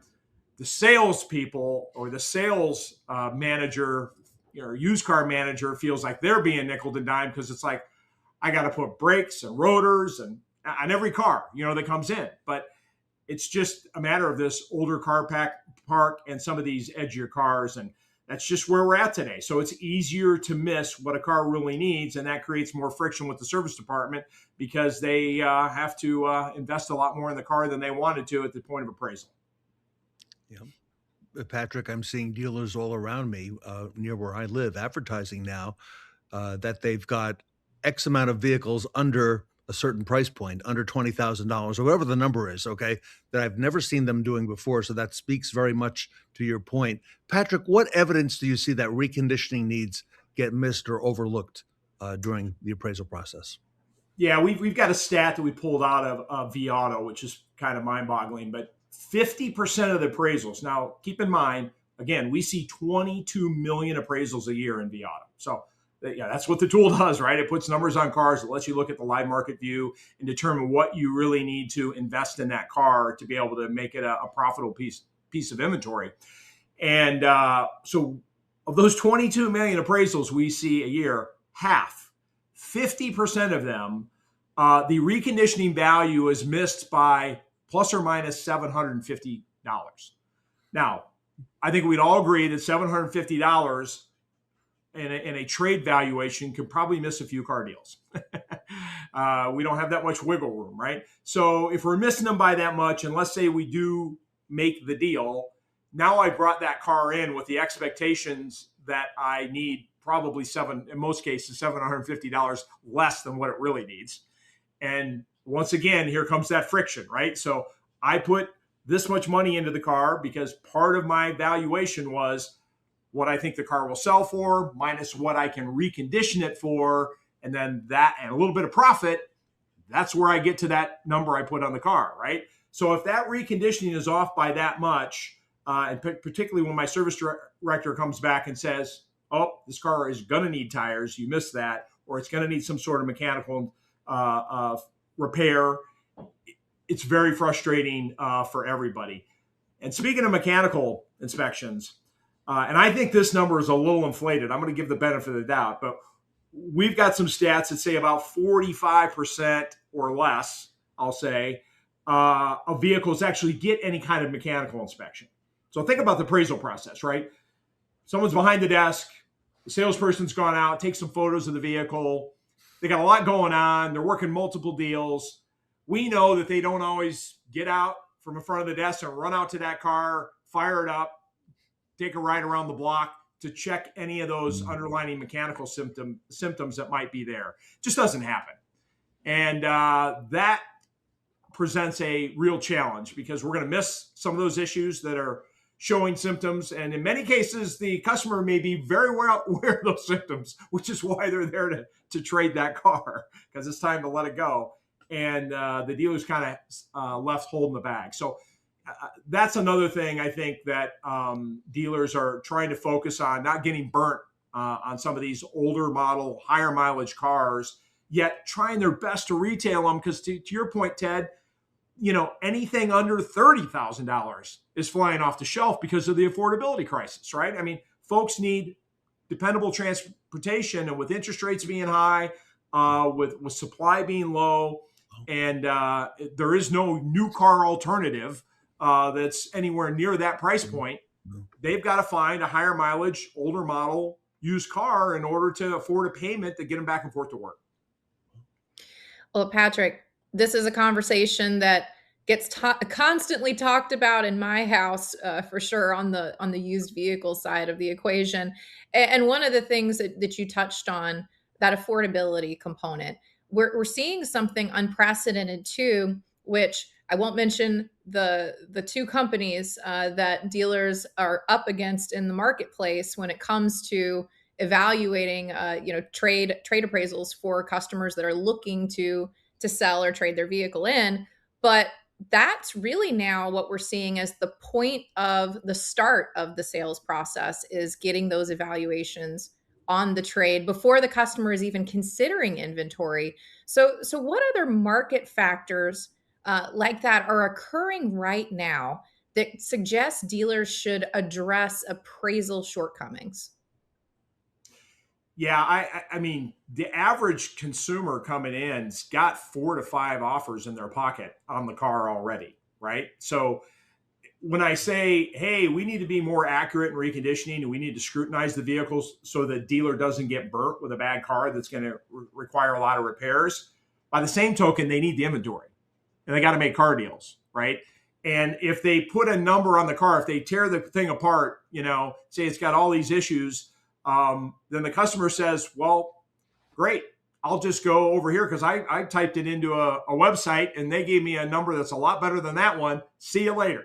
I'm going to go sell my car to them. So, it's a balance, right? And they got to be very careful, and that the supply constraints, margins are starting to get a little bit tighter.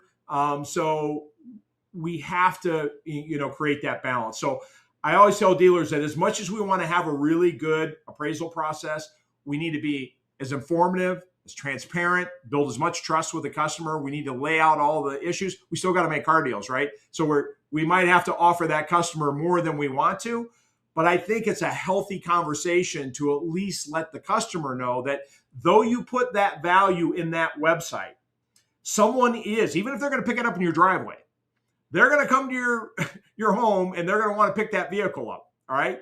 And they're probably going to start it at least to put it on the flatbed. And if some of these symptoms arise, there's going to be some scrutiny there too. I mean, nobody's going to take it completely sight unseen. So while you're here, we just like to lay out some of the issues that we're having with your vehicle and how that might impact your value. But you know what? We offer top dollars for trade. We're going to go make a car deal here, but we're trying to get the thinking down a little bit. If they did get, what we call a screamer for a value on that vehicle when they went online and got it evaluated. Absolutely. Excellent points. And Bella, I'm thinking too, there's so many different elements of this process and so many different absolutely, Sarah. tools. Yeah, I think it's really cool. And Patrick, you touched on it too. There's so many different things on the internet that are at our disposal now that give us all these numbers. And there's so that transparency that you talked about. What are the examples of those AI-powered tools that we're starting to see that help dealers get more details about the vehicle's condition or the DNA when they come to appraise the vehicles? Yeah, we made a pretty significant investment of vAuto on these AI-powered tools. And the reason is for those that aren't using them, whether they're just going into ChatGPT or whatever, you're kind of in the wild, wild west, right? That's the whole, internet that you're looking at. And one thing I know about AI, and I've learned a lot about it in the last couple of years, is that it's going to give you an answer. It may not always be right, but it is going to give you an answer. And you have to be very, very careful. I think, I hear from dealers all the time that you don't want AI to replace critical thinking. You do want it to replace kind of, mundane tasks to make you more efficient and faster. So we've had this motivation to bring AI-powered tools all to one place, which is in that appraisal screen and in that appraisal process, where you're not going outside of the system and looking for things that, again, may give you an answer, but it may not be really accurate with regard to evaluating that car or finding out its history.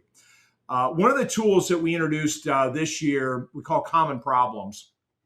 And it goes out in a closed way, but it does go out and grabs all these forums where you get folks out there all day long typing about problems they're having with their vehicles on Reddit and all the different forums that are out there. We've gone out and gathered all that information and provided symptoms, if you will, which may motivate an appraiser to say, all right, I really don't have time to go out and look at this particular car. So for example, I'm a Nissan dealer. If it was a Nissan, I know all the problems that are with Nissans because I appraise Nissans all day long. I sell new Nissans. We hear customer feedback all the time with regard to things that I might want to look out for. But now I got a Ford Mustang out there, I'm trading, and we don't, get those in very often. So I may not have a lot of familiarity as an appraiser. So we bring in that information, the typical common problems and symptoms that you might see with a Ford Mustang at that, model year and mileage. So there is a check there to be able to say, oh, that's scary. If I start the car and a blue puff of smoke comes out just for a moment, that could mean something rather significant. All right, for this one, I'm going to run, because I'm not going to get burned on this Ford Mustang, right? I'm going to run out there and check that real quick and make sure that that's the case. So I think that's a great application of AI providing that information to me real fast. The other area, which is kind of a real closed ecosystem, is obviously dealers tell me all the time, Cox Automotive has got more data than anybody on the planet, anybody in the auto industry. If you guys could just empower that and bring it to me, you guys would be unstoppable. Well, we're doing that. We have a tool called Vehicle Journey. And this is the Cox Automotive ecosystem, where we look at all the data that we have on a particular VIN. We have service information. If the dealer's using X time, which I know you talked about a lot on your show, Ted, we have all that service information that we can bring in. Let's just say the customer was here 2 months ago and had a big repair bill and declined that service. An appraiser may not have any visibility of that. Now we can bring that information to them and say, here was a rather long laundry list of things on the car that they declined just 2 months ago. Highly likely that those things still need to be done. And I've got a list of those things. I can put them into my reconditioning. Now we're starting to make progress with a friendship with our fellow service folks, right? Because I actually have those declined services. That's the work that the service department wanted to do. This customer said, I'm not doing it. I'm just going to go try to trade the car. And now we've got that information in the appraisal and we can make that work. So I think that starts to reduce some of the friction when we have some awareness of what's been going on with that vehicle and service. The other things that we can see if that vehicle was run through the Mannheim auto auction at any period of time. We can see if the vehicle was listed for sale in our live market view. So a lot of history about that particular car that we just didn't have access to before. And I think it makes a better, more clarity and a better judgment by the appraiser to put the right number on the car and document information about that car that we normally would not have had in the appraisal. Patrick, finally for today, how does knowing this information affect the dealer's ability to acquire the vehicle from the customer? Well, I think there's a lot of things here. I mean, obviously, we're going to make a little better decision, but what we've tried to do is build out, put some of this energy into what we call our consumer offer. I talk about this all the time that most dealers, at least when I was in retail, and I think a few of them are still doing it, how they presented the appraisal value was with a green Sharpie on a worksheet. Like, we're working a car deal here, so I'm trying to get to the car deal on what they're trying to buy, and I need to let them know what the trade is worth. So I pull out the green Sharpie, I write it on there and say, we're going to offer them X for their particular car. Not a lot of information, not a lot of transparency, not a lot of trust that number is right. So we have built inside of our appraisal tool a new consumer presentation, which does brings all this information to light, right? If we had information on an OBD2 scanner, for example, that's integrated, which I think is every dealer should be using those today. And we see a very low percentage of adoption so far. But I hear from dealers all the time that use an OBD2 scanner. They're seeing 40 to 50% of the cars they scan have codes that are being tripped. Another great conversation for a customer who may have gotten the check engine light reset at AutoZone before they came to the dealership. So again, we got to make car deals, but these are just things that we're trying to bring to light. So on that consumer presentation sheet, it shows what the OBD2 scanner showed, so we can have a conversation. It shows the vehicle history report, Carfax or AutoCheck. Hey, this is the information on your car. We got to talk about it, right? It shows the detailed reconditioning items that we found when we walked around your car, including the dollars associated with those dents, or the Johnny puked in the back seat, and we're going to have to clean that up, and there's going to be a dollar amount for that. We can lay all that stuff out to them. And again, be as transparent as possible, because we found in some of our consumer research that when, and this is through Cox and Kelly Blue Book, who did this research, when a customer gets details like I'm putting out and gets real granular information about the value that their car is worth in trade, positive and negative, doesn't have to all be negative, right? We can point out the fact that, hey, that's a great color. We can point out the fact that the miles are very low, and we want to make sure that we gave you credit for that. So all this can be put out in a documentation and a nice consumer presentation in writing, right? When they do that, 75% of the customers say that they were satisfied with the sales process. Just by saying, I'm going to give you more detail around what your vehicle is worth.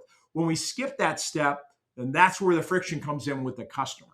So I have a dream, Ted, Sarah, Bella, that if we do a better job at appraisal, this information is in the appraisal. When we can actually have that on file in the dealership, when the service department gets the vehicle to start reconditioning it, they can look at the appraisal and go, oh my gosh, you've already considered all these things that need to be done with the vehicle. Now, there may be a couple more surprises, but at least they know that the appraiser knew going in that there were issues with this vehicle. They documented it, and they have an expectation to pay and invest in that car. So we're not so far apart on what the service department found with the vehicle versus what the appraiser found with the vehicle, and try to help reduce that friction. Sarah, it's a new world, and the tools from vAuto by Cox Automotive really help to make this a more transparent and frictionless transaction for the customer. It does, Ted. And Patrick, thank you so much for sharing the incredible insights from vAuto by Cox Automotive. I know a lot of our listeners are very excited to get started. Great information, everybody. You can find vAuto on the web, vAuto.com. You see Patrick's email, and I see a 540 number following that. Patrick, I believe I've called that number once or twice. I think that's you. So that's my old Virginia number. I've had to stay with it. But when I was in retail, running some stores, I was in Virginia. So I've stuck with that. I now live and hail from the state of Illinois now, but the 540 has followed me. All right. Yep. If I have any question on trades, I will text Patrick. Bella Smylie from Northwood University, thank you so much for being with us today. And thank you for all you do. Patrick Janes, thank you for all you do at vAuto. Everybody, Patrick Janes, great insights, and thank you again today, Patrick. Thank you all. vAuto from Cox Automotive here with us today at the Fixed Ops Roundtable.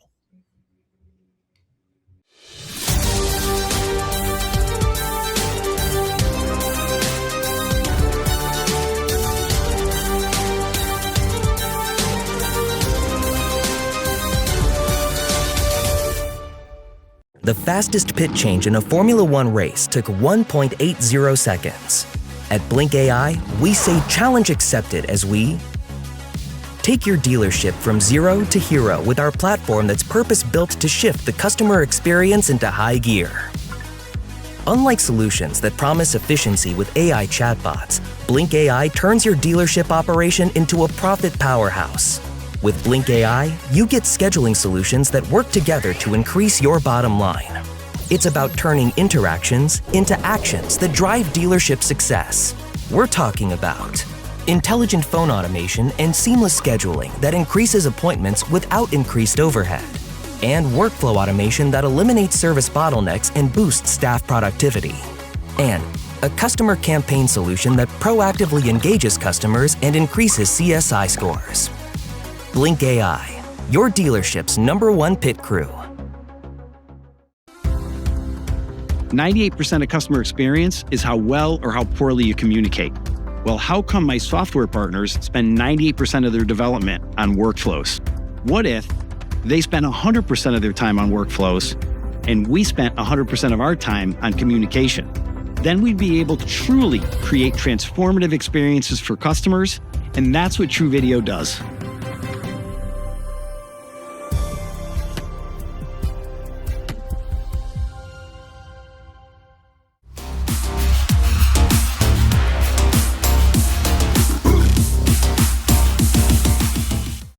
Take it easy with Tyler Stevens from Epicor and Elite Extra.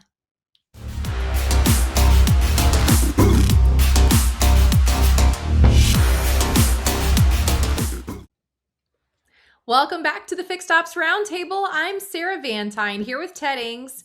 Today we have Elite Extra. And Ted, rising customer expectations, technician productivity pressure, and staffing shortages have pushed dealers to rethink how parts move, not just how fast, but how predictably and transparently they do.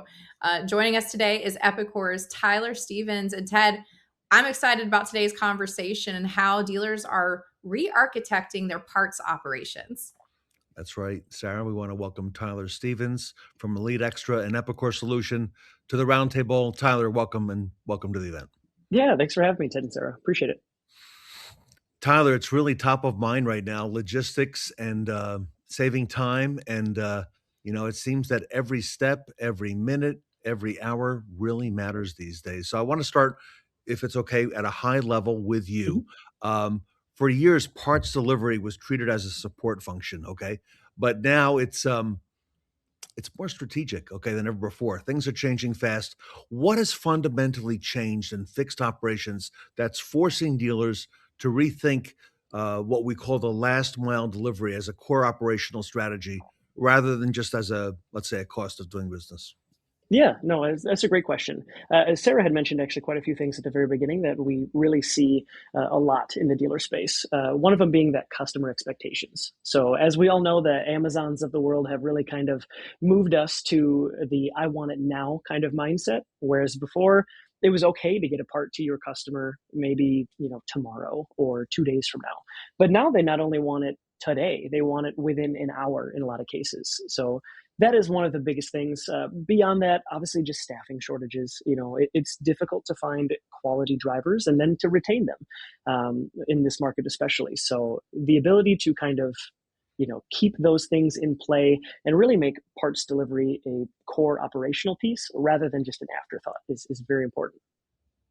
Well, Tyler, I'm glad you mentioned the staffing shortages because we've actually been talking about staffing shortages for the last couple of years. It's really not a temporary problem anymore. It's actually how a lot of dealerships, it's an operating environment that they're up against and it's a challenge day to day. How should dealers be thinking differently about delivery staffing, knowing that relying exclusively on in-house drivers is becoming harder to sustain? Yeah, I think it really goes to kind of the need to move to a hybrid model. So Elite Extra, for example, is kind of where I'll speak to, has what we call delivery network. Think of it as a marketplace for third-party or crowdsourced fleets. We're seeing a lot of users, especially in that dealer space, really gravitate towards using companies like a DoorDash, an Uber, a Roadie, Curry, GoShare, Freight. There's a bunch of these that Elite Extra has kind of partnerships with for you.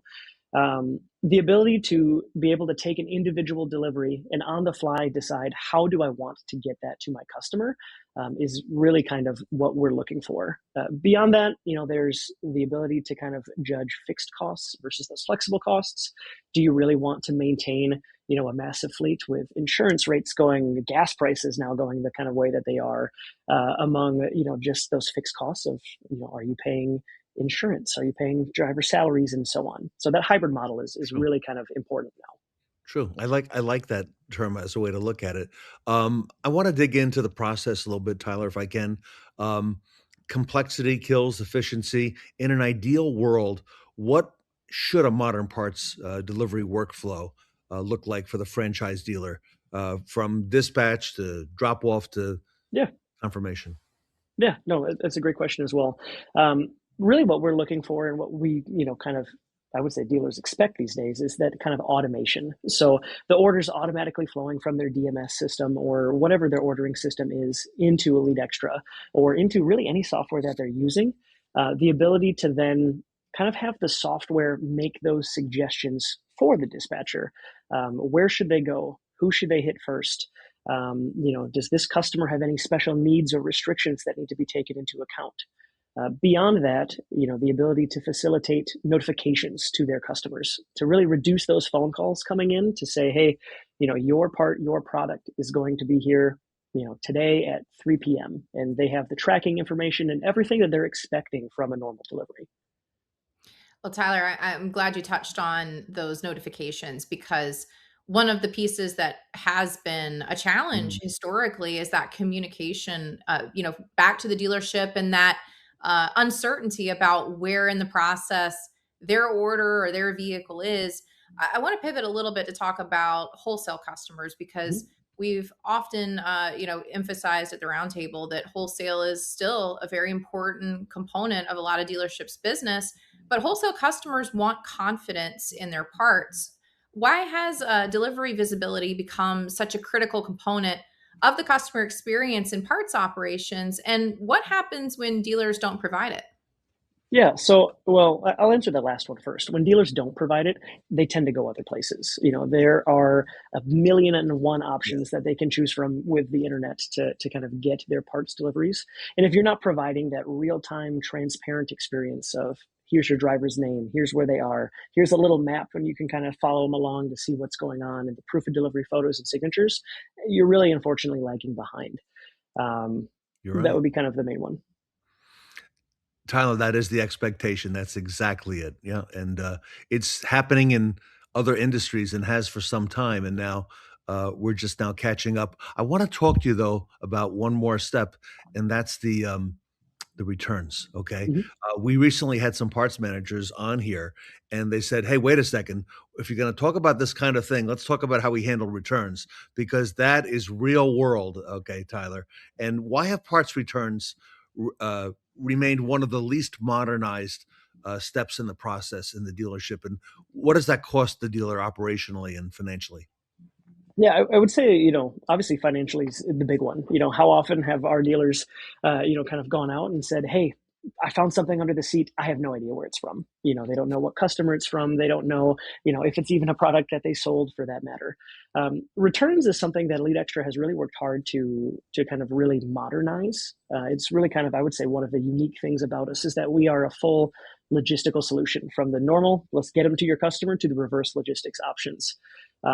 How we handle that is, those obviously customer notifications, the ability to have the software kind of digitize your returns policies and process and really kind of function as the gatekeeper for questions like, did I even sell this product?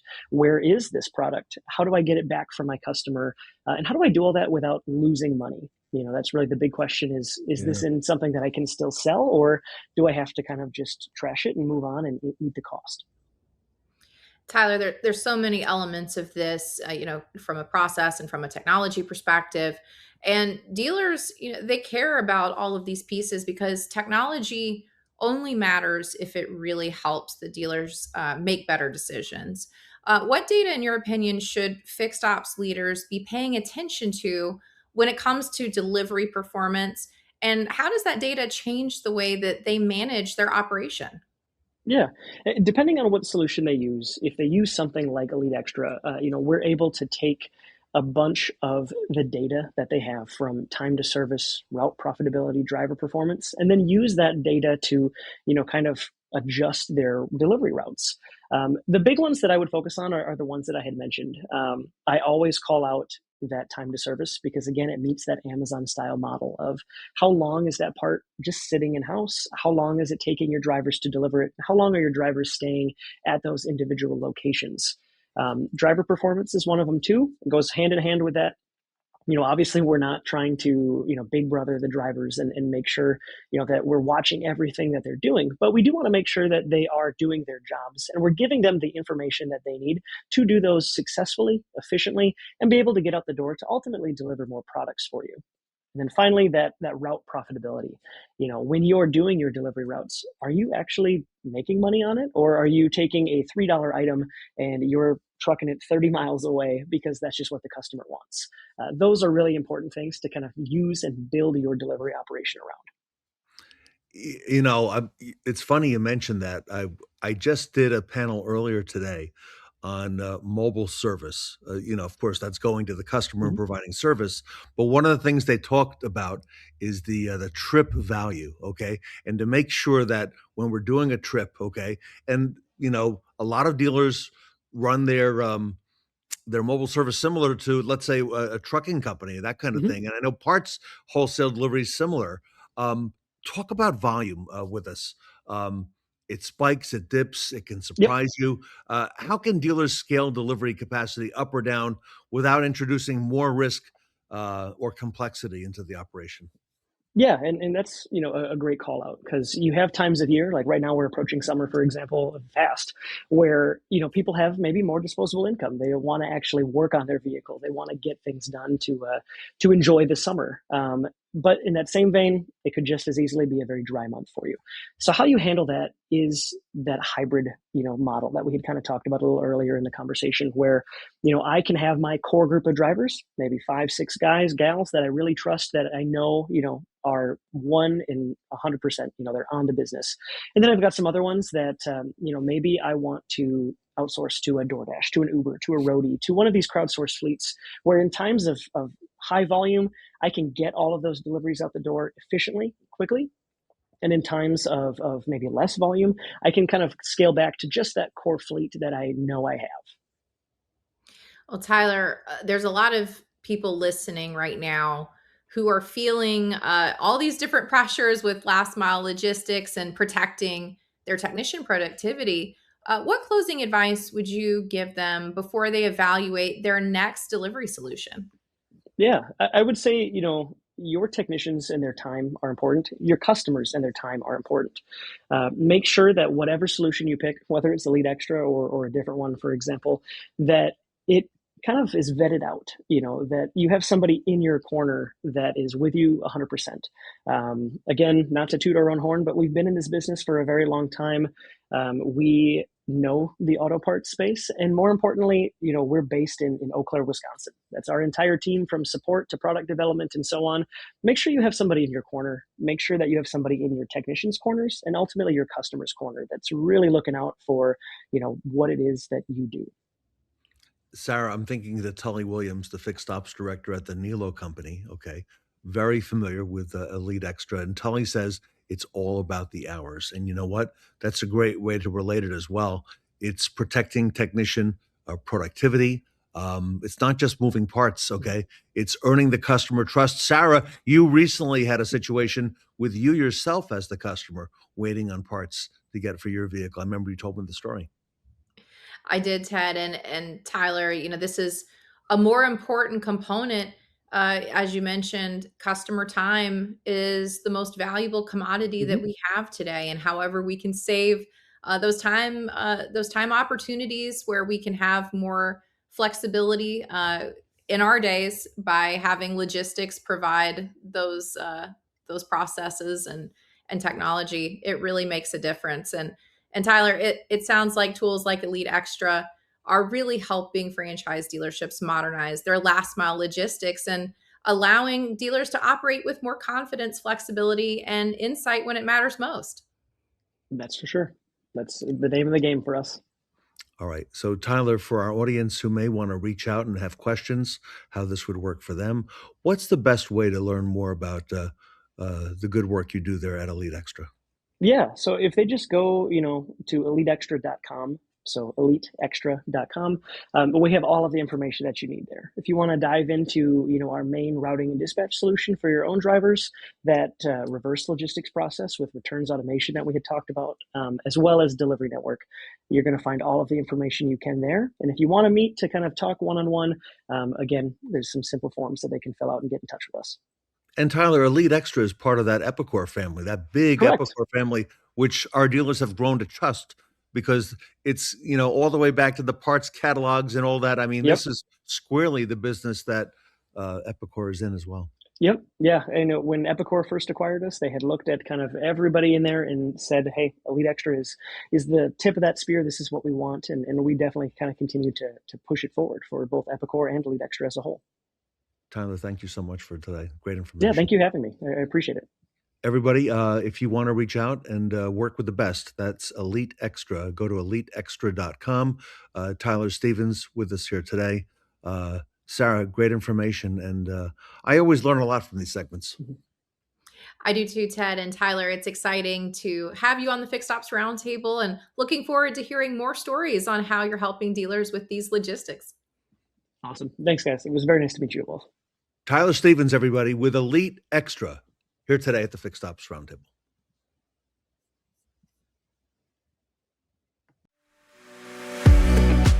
Whether you consider it evolutionary or revolutionary, change is reshaping the franchise dealer business.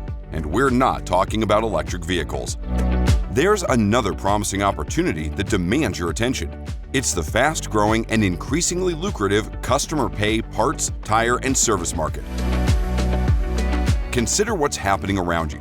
Average vehicle age is at an all-time high and rising faster than ever. More than 60% of passenger vehicles are 8 years old or older. 25% are at least 16 years of age. Together, this represents 244 million prospective parts, tire, and service targets. We say prospective because the vast majority of these vehicles are being serviced outside the franchise dealer channel. Would you like to capture your share of this nearly $400 billion opportunity? Epicor is ready to help. Our solutions are enabling thousands of automotive businesses to address every customer pay parts, tire, and service opportunity for virtually any vehicle, regardless of make, model, or year.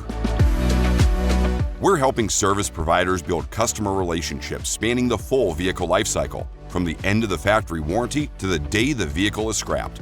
We're putting the industry's most complete parts, tire, and labor data at the fingertips of thousands of service advisors every day. We've created a faster, more accurate estimating process for customer pay jobs that helps dealers increase average RO and service lane productivity. We offer real-time information on local parts and tire availability and pricing to speed every job, increase customer satisfaction, and boost the dealer's absorption rate. And we're helping parts departments establish real-time visibility and control of their inventories to increase efficiency and reduce operating costs. Epicor is ready to help your fixed ops teams achieve the same impressive results. Own every non-warranty parts, tire, and service opportunity, all makes, all models, all customers. Now you can with Epicor. Contact us today to learn more.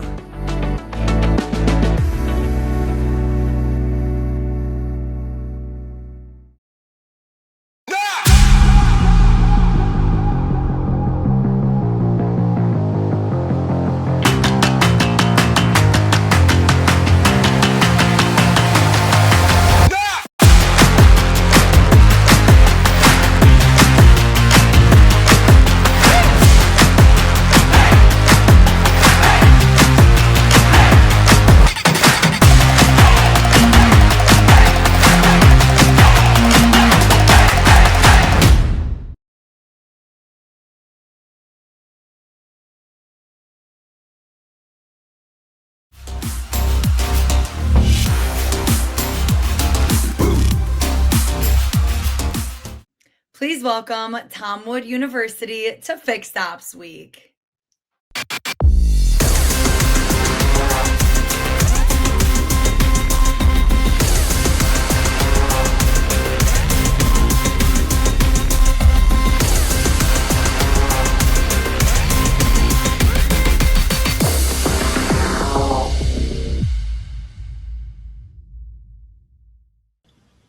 Welcome back to the Fixed Ops Roundtable. I'm Sarah Van Tine here with Ted Ings.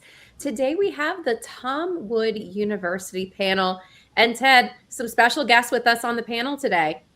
Indeed, we do, Sarah. Thank you so much. And very honored to have Bill Demaree, Corporate Vice President of Fixed Operations at Tom Wood Automotive, with us to talk about the university. Bill, welcome, and tell us who's joining us today. Hey guys, thanks for having me. Yes, I'm really excited today. We brought on Andrew Goldstein, and Andrew is one of our esteemed Nissan corporate fixed ops guys that really, helps us at the dealership level kind of get things together. And he's been a soundboarding, I guess you could say, for me to what we're doing in the university.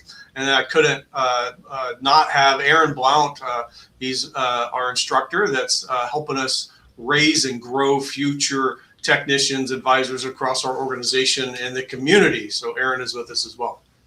Excellent. And we've also asked a future leader to be with us, Emma Ladd, who's a student at Northwood University in Midland, Michigan, that has an amazing automotive program. Emma, welcome. And I'll turn the reins over to you to ask the first question today. Yes, thank you so much for having me. And it's so great to have all of you here today and to talk about Tom Wood University and really sit down and get to chat about it. So, Bill, I'll direct my first question to you. What is Tom Wood University at its core, and what problem were you looking to solve when it was created? That is a great question. And I love that, because Tom Wood University has been a vision that we've had for a long time, and trying to kind of put the pieces together. How does this work? What's it look like?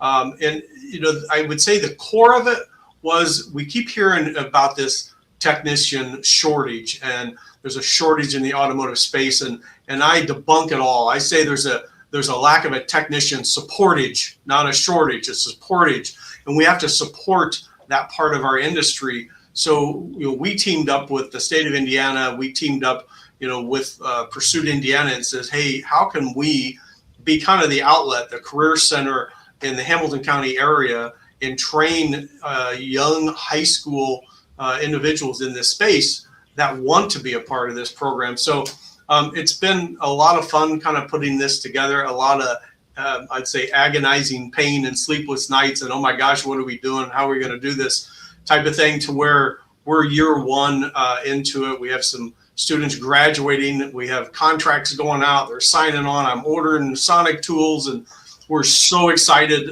for the future of what's coming out of this little vision that we've had for a long time. And I'll say that to talk about the core of it, it starts at the top. It starts with our owner, Jeff Wood, that absolutely supports us and allows us to operate. And he's excited as I am about having high school students in our dealerships wearing a little patch that says Tom Wood University, and knowing that that's the future, that's the next generation that's coming in our stores. So we're solving our own problems. I'm not worried about the outside, and we still hire, and we have recruiting. But I was just telling a store yesterday, you're running an ad looking for an express tech. Tell me why. Why would we be running an ad and hoping to drag and pull somebody in from the outside that doesn't understand our core values, that isn't a part of our DNA, to teach them how to be an express, when I have a classroom of 20 high school kids that are jumping up and down and saying, I'm so excited, I want to be a part of this group, I want to learn this industry. So we shut down the ad, and I called Aaron last week just and said, give me 2 students in a Jag Land Rover store. We're going to open an express center, and we're going to wrap it around these 2 high school kids. So we're excited, and that's the draw that we have that I'm not sure others do. It's incredible to hear this, Bill, and Aaron, coming to you, and I know you've helped support building Tom Wood University, with Bill, and developing talent at this scale. So how, Aaron, do you build a program that can consistently develop talent across multiple departments and multiple experience levels? I mean, the main thing we do, we standardize the core skills. So every student that comes out of our program, they speak the same language.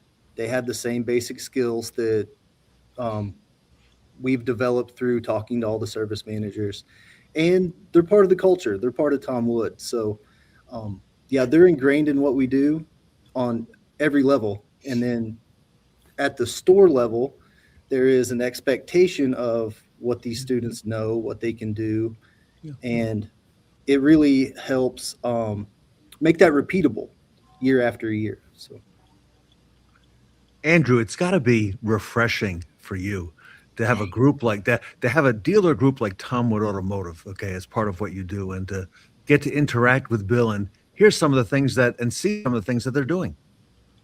Absolutely. They look, all the stores are all asking for technicians, and they want them now. And for a dealer group like Tom Wood to realize the only way you're going to get them is to grow your own, bring them in early. You know, it's kind of forefront of most of the stores. You know, I cover 11 stores, and right now they are one of the leaders in this area. So, you know, everybody wants the easy button, and Tom Wood realizes it's a long game, especially if you're going to get the qualified technicians. Andrew, it is a long game, right? You got to grow your own, and it's so refreshing, as we mentioned, to hear some of the things that we're talking about today. Andrew, from your thoughts, what separates training that people attend, you know, from development that actually changes behavior and improves performance in the store? Your thoughts on that? It comes down to the quality of the diagnosis and the quality of the repairs. You know, you have to know the background of how a system works and why it works that way before you can even attempt to diagnose and repair it. It's not a process of elimination. That frustrates the manufacturer, that frustrates the customers, puts the service advisor in a bad position, all the above. So having the training in the background and understanding what you're doing and the why as to why that sensor is failing or why we're getting that trouble code. It's not like going to the auto parts store and checking the code and give me that part. That part is it's raising its flag and hand and saying that something's not right here. It may not be me. It might just be my readings aren't what I expect them to be. And you got to have that understanding. Sure. The same question, Aaron, for you, if you don't mind. And I know you're working with a lot of interns. We've talked about that on other panels. What separates, you know, like people from attending training to actually being able to change the behavior and improve their performance, as we're seeing now throughout the Tom Wood Automotive Group? Yeah, the biggest focus is on application of these skills and the knowledge. So we get our students in the shop turning wrenches day one, and we get them ingrained into everything that they need to do and know, not just the skills they need to build, but also how to apply it and where to put their efforts. So, wow. Bill, I think that was referenced on a previous panel as experiential learning, but that's a big part of what you do there at Tom Wood at the core. It truly is, and it's something I've learned over the years, that we'll hire an express tech and we'll throw them out into the drive, say, hey, you know, go change some oil, go do some tires, and what happens is they stay there. And nobody's mentoring them, nobody's training them, and then they're there. The next thing you know, you have a resignation because now they're going to go somewhere else, and they're like, hey, I'm not getting trained. So we've made it a standard across our group. If there's not a mentor in that store, like a shop foreman or somebody working with these kids, they don't get them. So you don't get the opportunity to have any of Aaron's students if you do not have a plan and a shop foreman and a way to develop and train and coach. And how do they get from a level 1 to a level 2 to a level 3 to a level 4?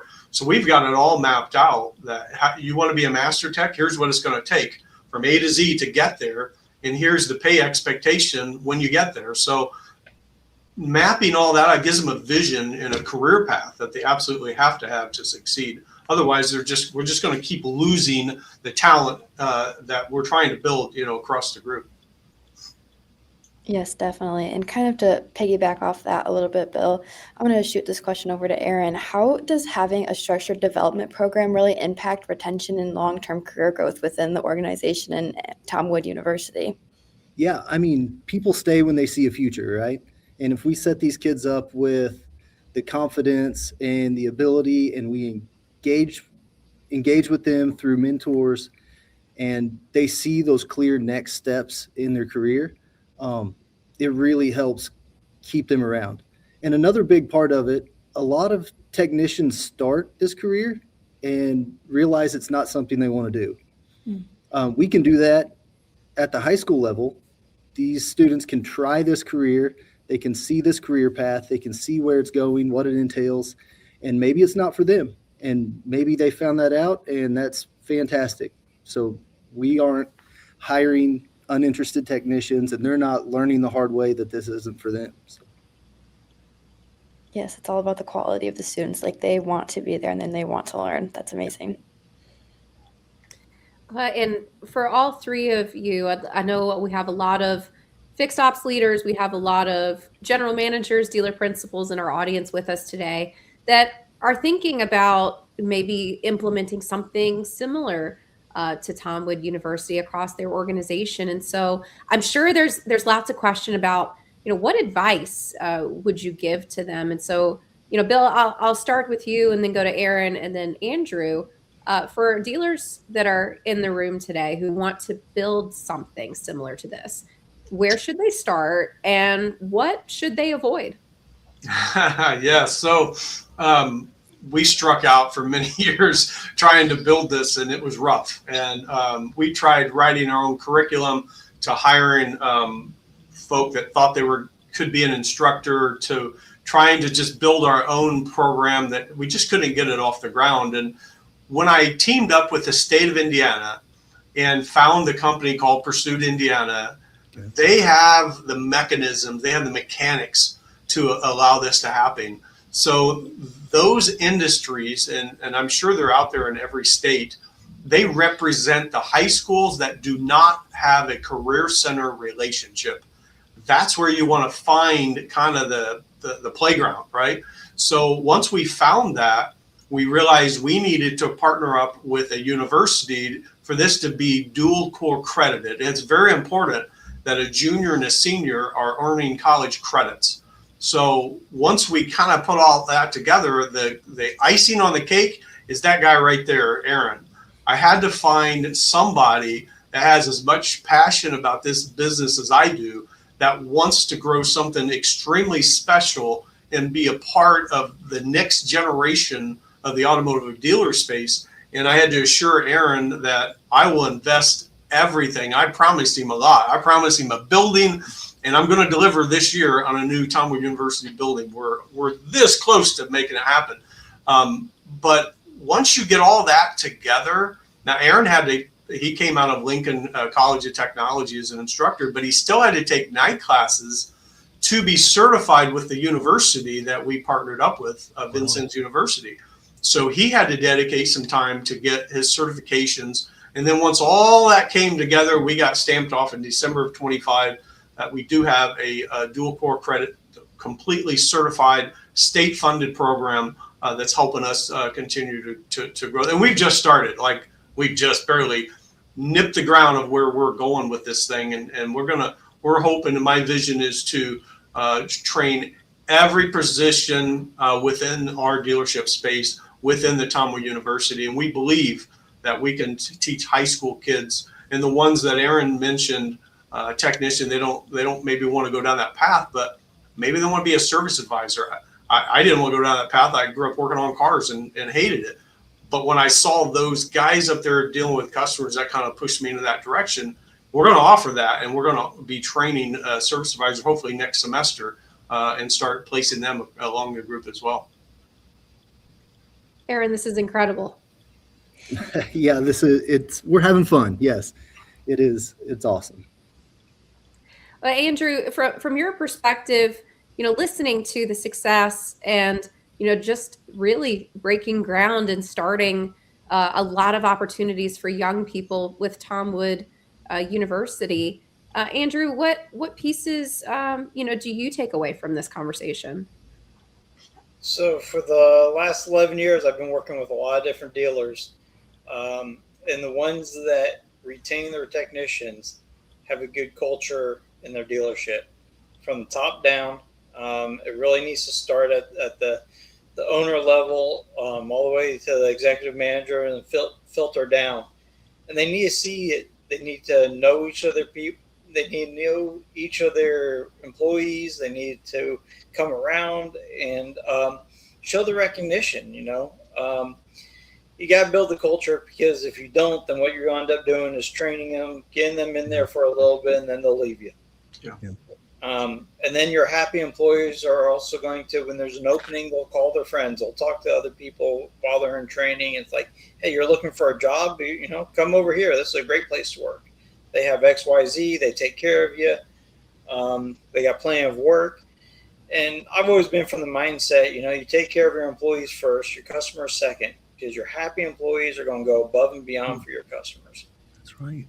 And they don't mind doing it. They love doing it, and it works out well. You always you can see the stores when you walk into, and the employees are grumpy and not very happy at their job, and it just comes across to a customer. You see it in every industry, especially restaurants. The happy servers, or the people that are just upset that they got to work 3 jobs or whatever they're upset about, or just got yelled at by a prior customer. You got to learn how to put a smile on your face for the next customer. They don't care what just happened to you.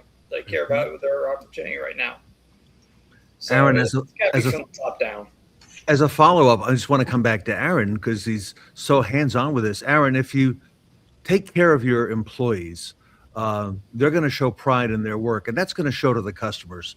I think the customers know, or they have a feeling, okay, whether the employees take pride in their work. How does all this play out at Tom Wood? You tell us. We are building passionate technicians. A student's not going to leave our program without being passionate for their work. We've built that culture. We've ingrained them in the stores. So they're the kids that make it through our program and the students that start at the dealership, they're car people, and they are passionate about this. I have a final question for today, and I'll put it out to anybody who'd like to take it. Multiple folks can answer the question, and you don't have to tell us last names, but if you think back a little bit, can you share an example of someone whose career trajectory has changed because of this program, Tom Wood University? And again, not interested in last names. You can even give them an assumed name, but Bill, I want to come to you on that. Someone whose career has changed. So I will say mine, and it's because this has been a vision and a dream of mine for almost my whole career, is to give back to a community and offer a lending hand to those that may not know what's in front of them. So we're only a year into this, and I couldn't be more proud of what Aaron has accomplished and what the students that I see him walk around with the Tom Wood University shirts on. I'm super proud of that. And I'm proud to offer this up to Jeff Wood and to show him that he supports a vision that we have as a group, and to allow us to execute at a level. And for me to say, Jeff, I need a building. I want to really grow this thing. We've proven in a year's time that we can graduate. I think 9 coming on board. I've ordered 9 or 10 toolboxes that are going to be coming on and graduating. There's so many more. We have 30 we're interviewing for next school year. The 30. The Service Advisor Handbook is now in the state of Indiana's hand. It's being looked at as a certified curriculum for future service advisors. And as soon as that comes, I've got recognized 3 to 5 more high school kids that say, yes, I'd love to be a part of that program. ICAR certification through Collision. We're working with them diligently to launch a collision auto body training classes within the organization. So I would say to be able to witness this. Okay. All right. It starts at the top. Aaron, anybody come to mind? Yeah, it's funny you asked that. I'm going to change seats with somebody right now. My student Lane, he graduates later this month. He just walked in. So I'm going to let him tell you about his experience. All right. Very good.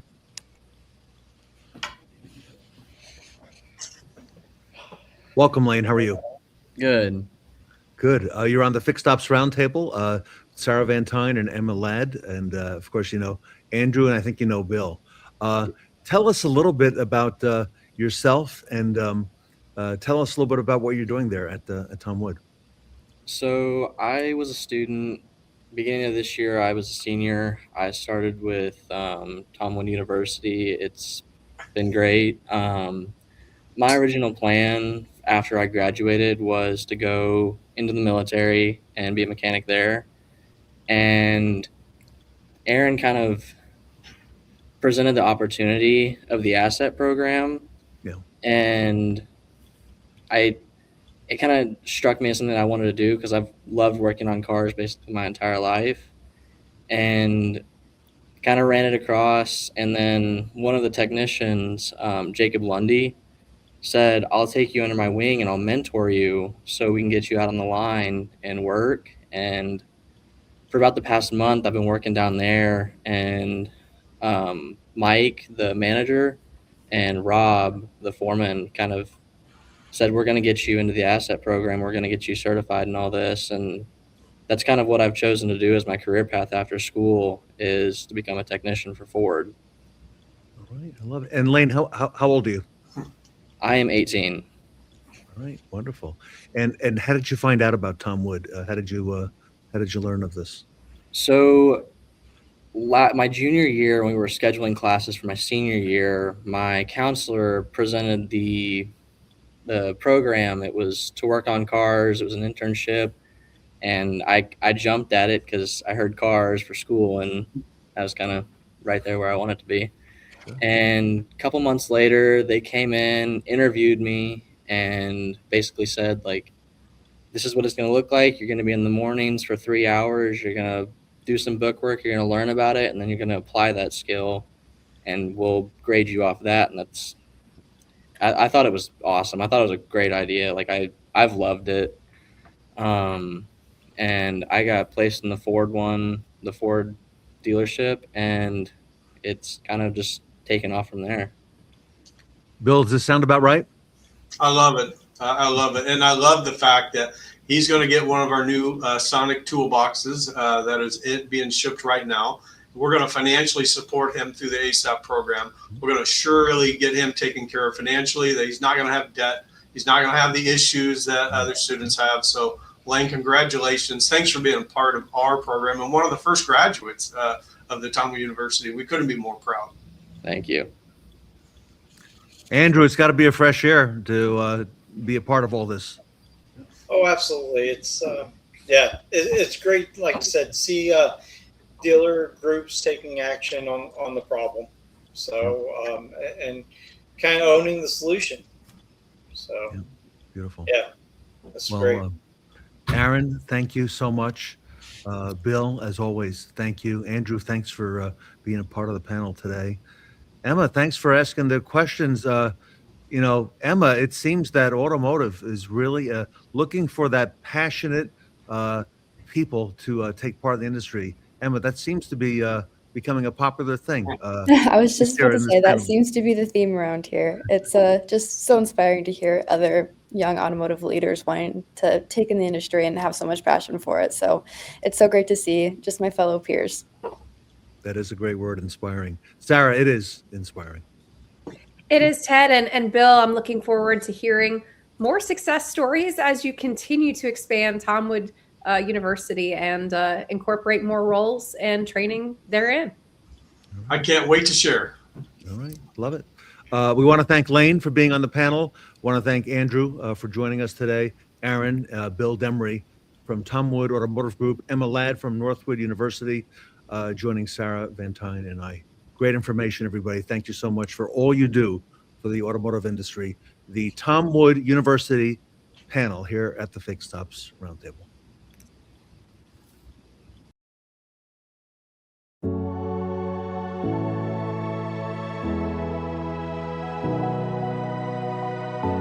it's kind of a mix between a sense of pride and solving a problem. When you are taking on a multi-million-dollar investment, you have one opportunity to do this right. When the Jim Ellis team came to us, and when really any of our clients come to us, they say, hey, here's this box that this brilliant architect put together, and we need you to help us come up with the best flow put, the best throughput, and really the best design to help us maximize our efficiency in our service department. So when you walk into a finished project like this and you see your design and your layout, the equipment that the team put in, it's a really cool feeling. Pride. It's just incredible that our small little company can accomplish something this grand, and we do it day in and day out.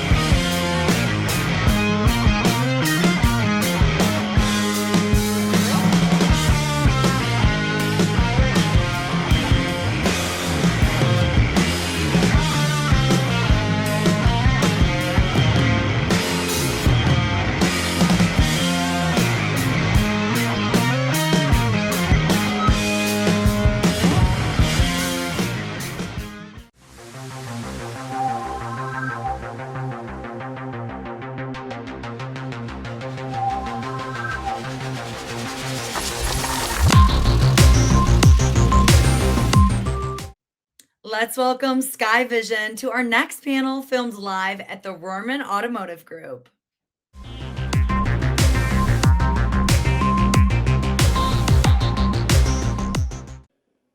Welcome back to the Fixed Ops Roundtable. I'm Sarah Vantine here with Ted Ings. Today we are at Schaumburg Kia, part of the Rohrman Automotive Group. And Ted, today we've already had a lot getting started, but Skaivision is here with us now. They are, and we have two of the leaders at Skaivision. Dan Dillingham and Ashleigh Norton are with us. Dan and Ashleigh, welcome back to the Fixed Ops Roundtable. Thanks for having us. Ashleigh, what an amazing facility here at Rohrman, right, today for the grand opening. Beautiful. Beautiful showroom. And Dan, I would imagine when you work with a dealership, you know, to have one like in the wrapper like this one is, what an amazing place to start from, right, with Skaivision. Absolutely. When we have the ability to absolutely start from scratch like we could here and have them have camera placement where we want it, the things we can do for them in sales and service with camera vision AI is absolutely amazing. So talk to us a little bit about that, because there's been a lot of developments.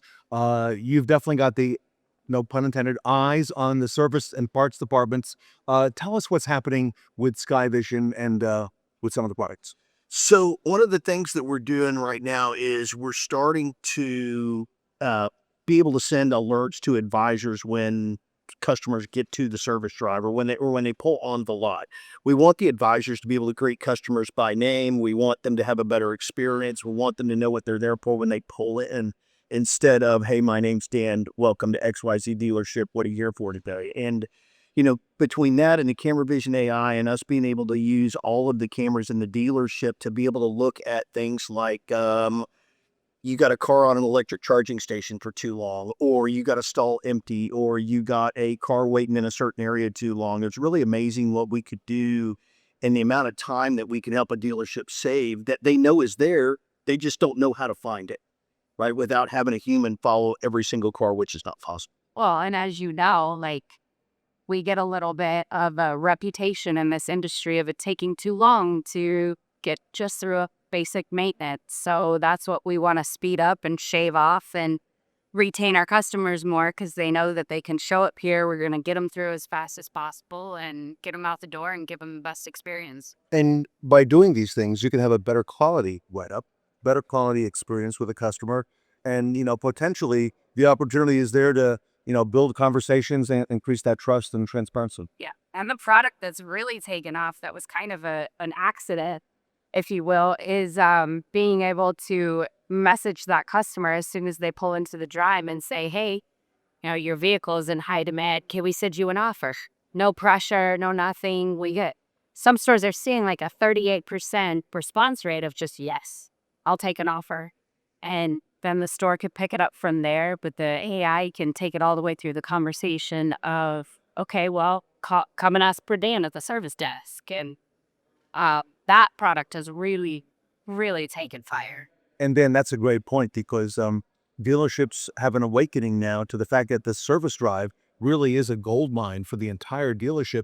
And you've got all of these vehicles, that we sold potentially, that could be acquired. And, of course, why not have a process to reach out to the customer? 100%. I mean, I've been in the car business forever, 35 years, and we've always known that the service drive is a gold mine.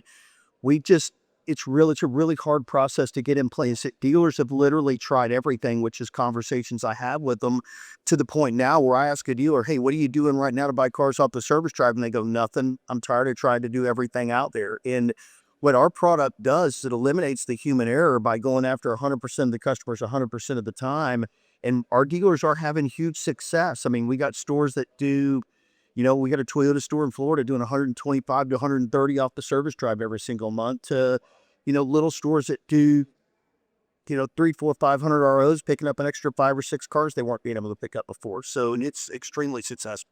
Those extra cars make a big difference to the dealership for the bottom line. Well, you got to remember, it's not, if they're buying 5 cars, it's not really 5, it's 10, right? Because you have they're trading in because they don't have an extra car, right? So they got to buy a new one. Plus, you're still going to write the service ticket. Plus, you're going to sell the used car. I mean, it's a $5,000, $6,000, $7,000 deal every time you buy a car off the drive. The fixed ops with Skaivision really go hand in hand. They do, Ted, and it's going to be exciting to see how it'll continue to evolve in 2026 and beyond. Exciting times. Thank you for being here. Excited. Thank you for having us. And I'm excited to see how the day rolls out, guys. So thanks for having us. Appreciate it. All right. So we're just getting started, everybody. We're here at the Rohrman Automotive Group. We're in Schaumburg at the new Schaumburg Kia facility. Sarah Van Tine and I will be right back. Skaivision is a smart space application that modernizes employee and customer experience by turning a dealership camera network into a team of assistants. Powered by computer vision AI, the application assists 24/7, requiring no data input nor software tasks. How? Step 1. Plug the Skybox server securely into your camera network and turn on certified integrations with your DMS and other systems. Step 2. Use one entry camera to capture vehicles as they pull into the property or service lane. The first use case is a powerful enhancement to service vehicle acquisition using a simple camera-to-text process as follows. Set your target vehicle filters and choose your custom pricing strategy by model. Sky sends a legally compliant text opt-in to the customer. No human action required. Customers who reply yes receive your pricing range with a query as to whether they would be more likely to trade or sell the vehicle. Your team is alerted only when an on-site hand raiser wants to see options. The app has a customizable AI workflow to assist the conversation until a team member takes over. 100% of your service customers are engaged via the communication method most preferred, text, at the time most preferred, when they are on site. On average, stores realize an over 10% lift in acquisitions with simple insight into each group of customers. Engaged, awaiting information, ghosted, and transacted. Step 3. Map your express service flow with camera placements at entry, lane, staging, rack, wash, and delivery. The result is a fast, simple read on your best and worst cycle times, along with what is consistently happening to produce each. The same arrival camera that triggers the acquisition offer for sales also alerts the advisor or the service team, taking the customer experience to a new level, greeting guests by name. An acceptable time to greet can be set, which alerts if a visit is getting off on the wrong foot. Setting target times for each process step enables proactive mobile notifications to the right team members. Time on rack footage is broken down, evaluating stall activity at a glance, with configurable alerts if a tech is waiting too long for a vehicle to service or a vehicle is waiting too long for its tech. Since the system knows if a tech is present, a vehicle, both or neither, actionable adjustments emerge to optimize capacity. transparent visual reassurance can be communicated to the customer at key points in the repair visit. Your best performances are relayed to the whole community via automatic Google reviews sent only when your team performs at their best to produce a lift in positive views. Step 4. Lean into any efficiency opportunity as they vary based on dealership layout, staffing, and process. Some examples that have produced a positive return on camera placement include ungreeted customers in facility blind spots, EV charging station efficiency, security and safety events, vehicles that remain stationary too long, customers waiting too long for assistance, along with 23 gesture recognitions that can be mapped to keyboard strokes. Because time is money and time drives retention, the Skaivision app produces a pep-in-the-step focus that promotes a reduction in unacceptable outcomes and lost customers. Once you see the benefits of a proactive smart camera approach, you will never go back to a reactive approach to your camera investment. Skaivision.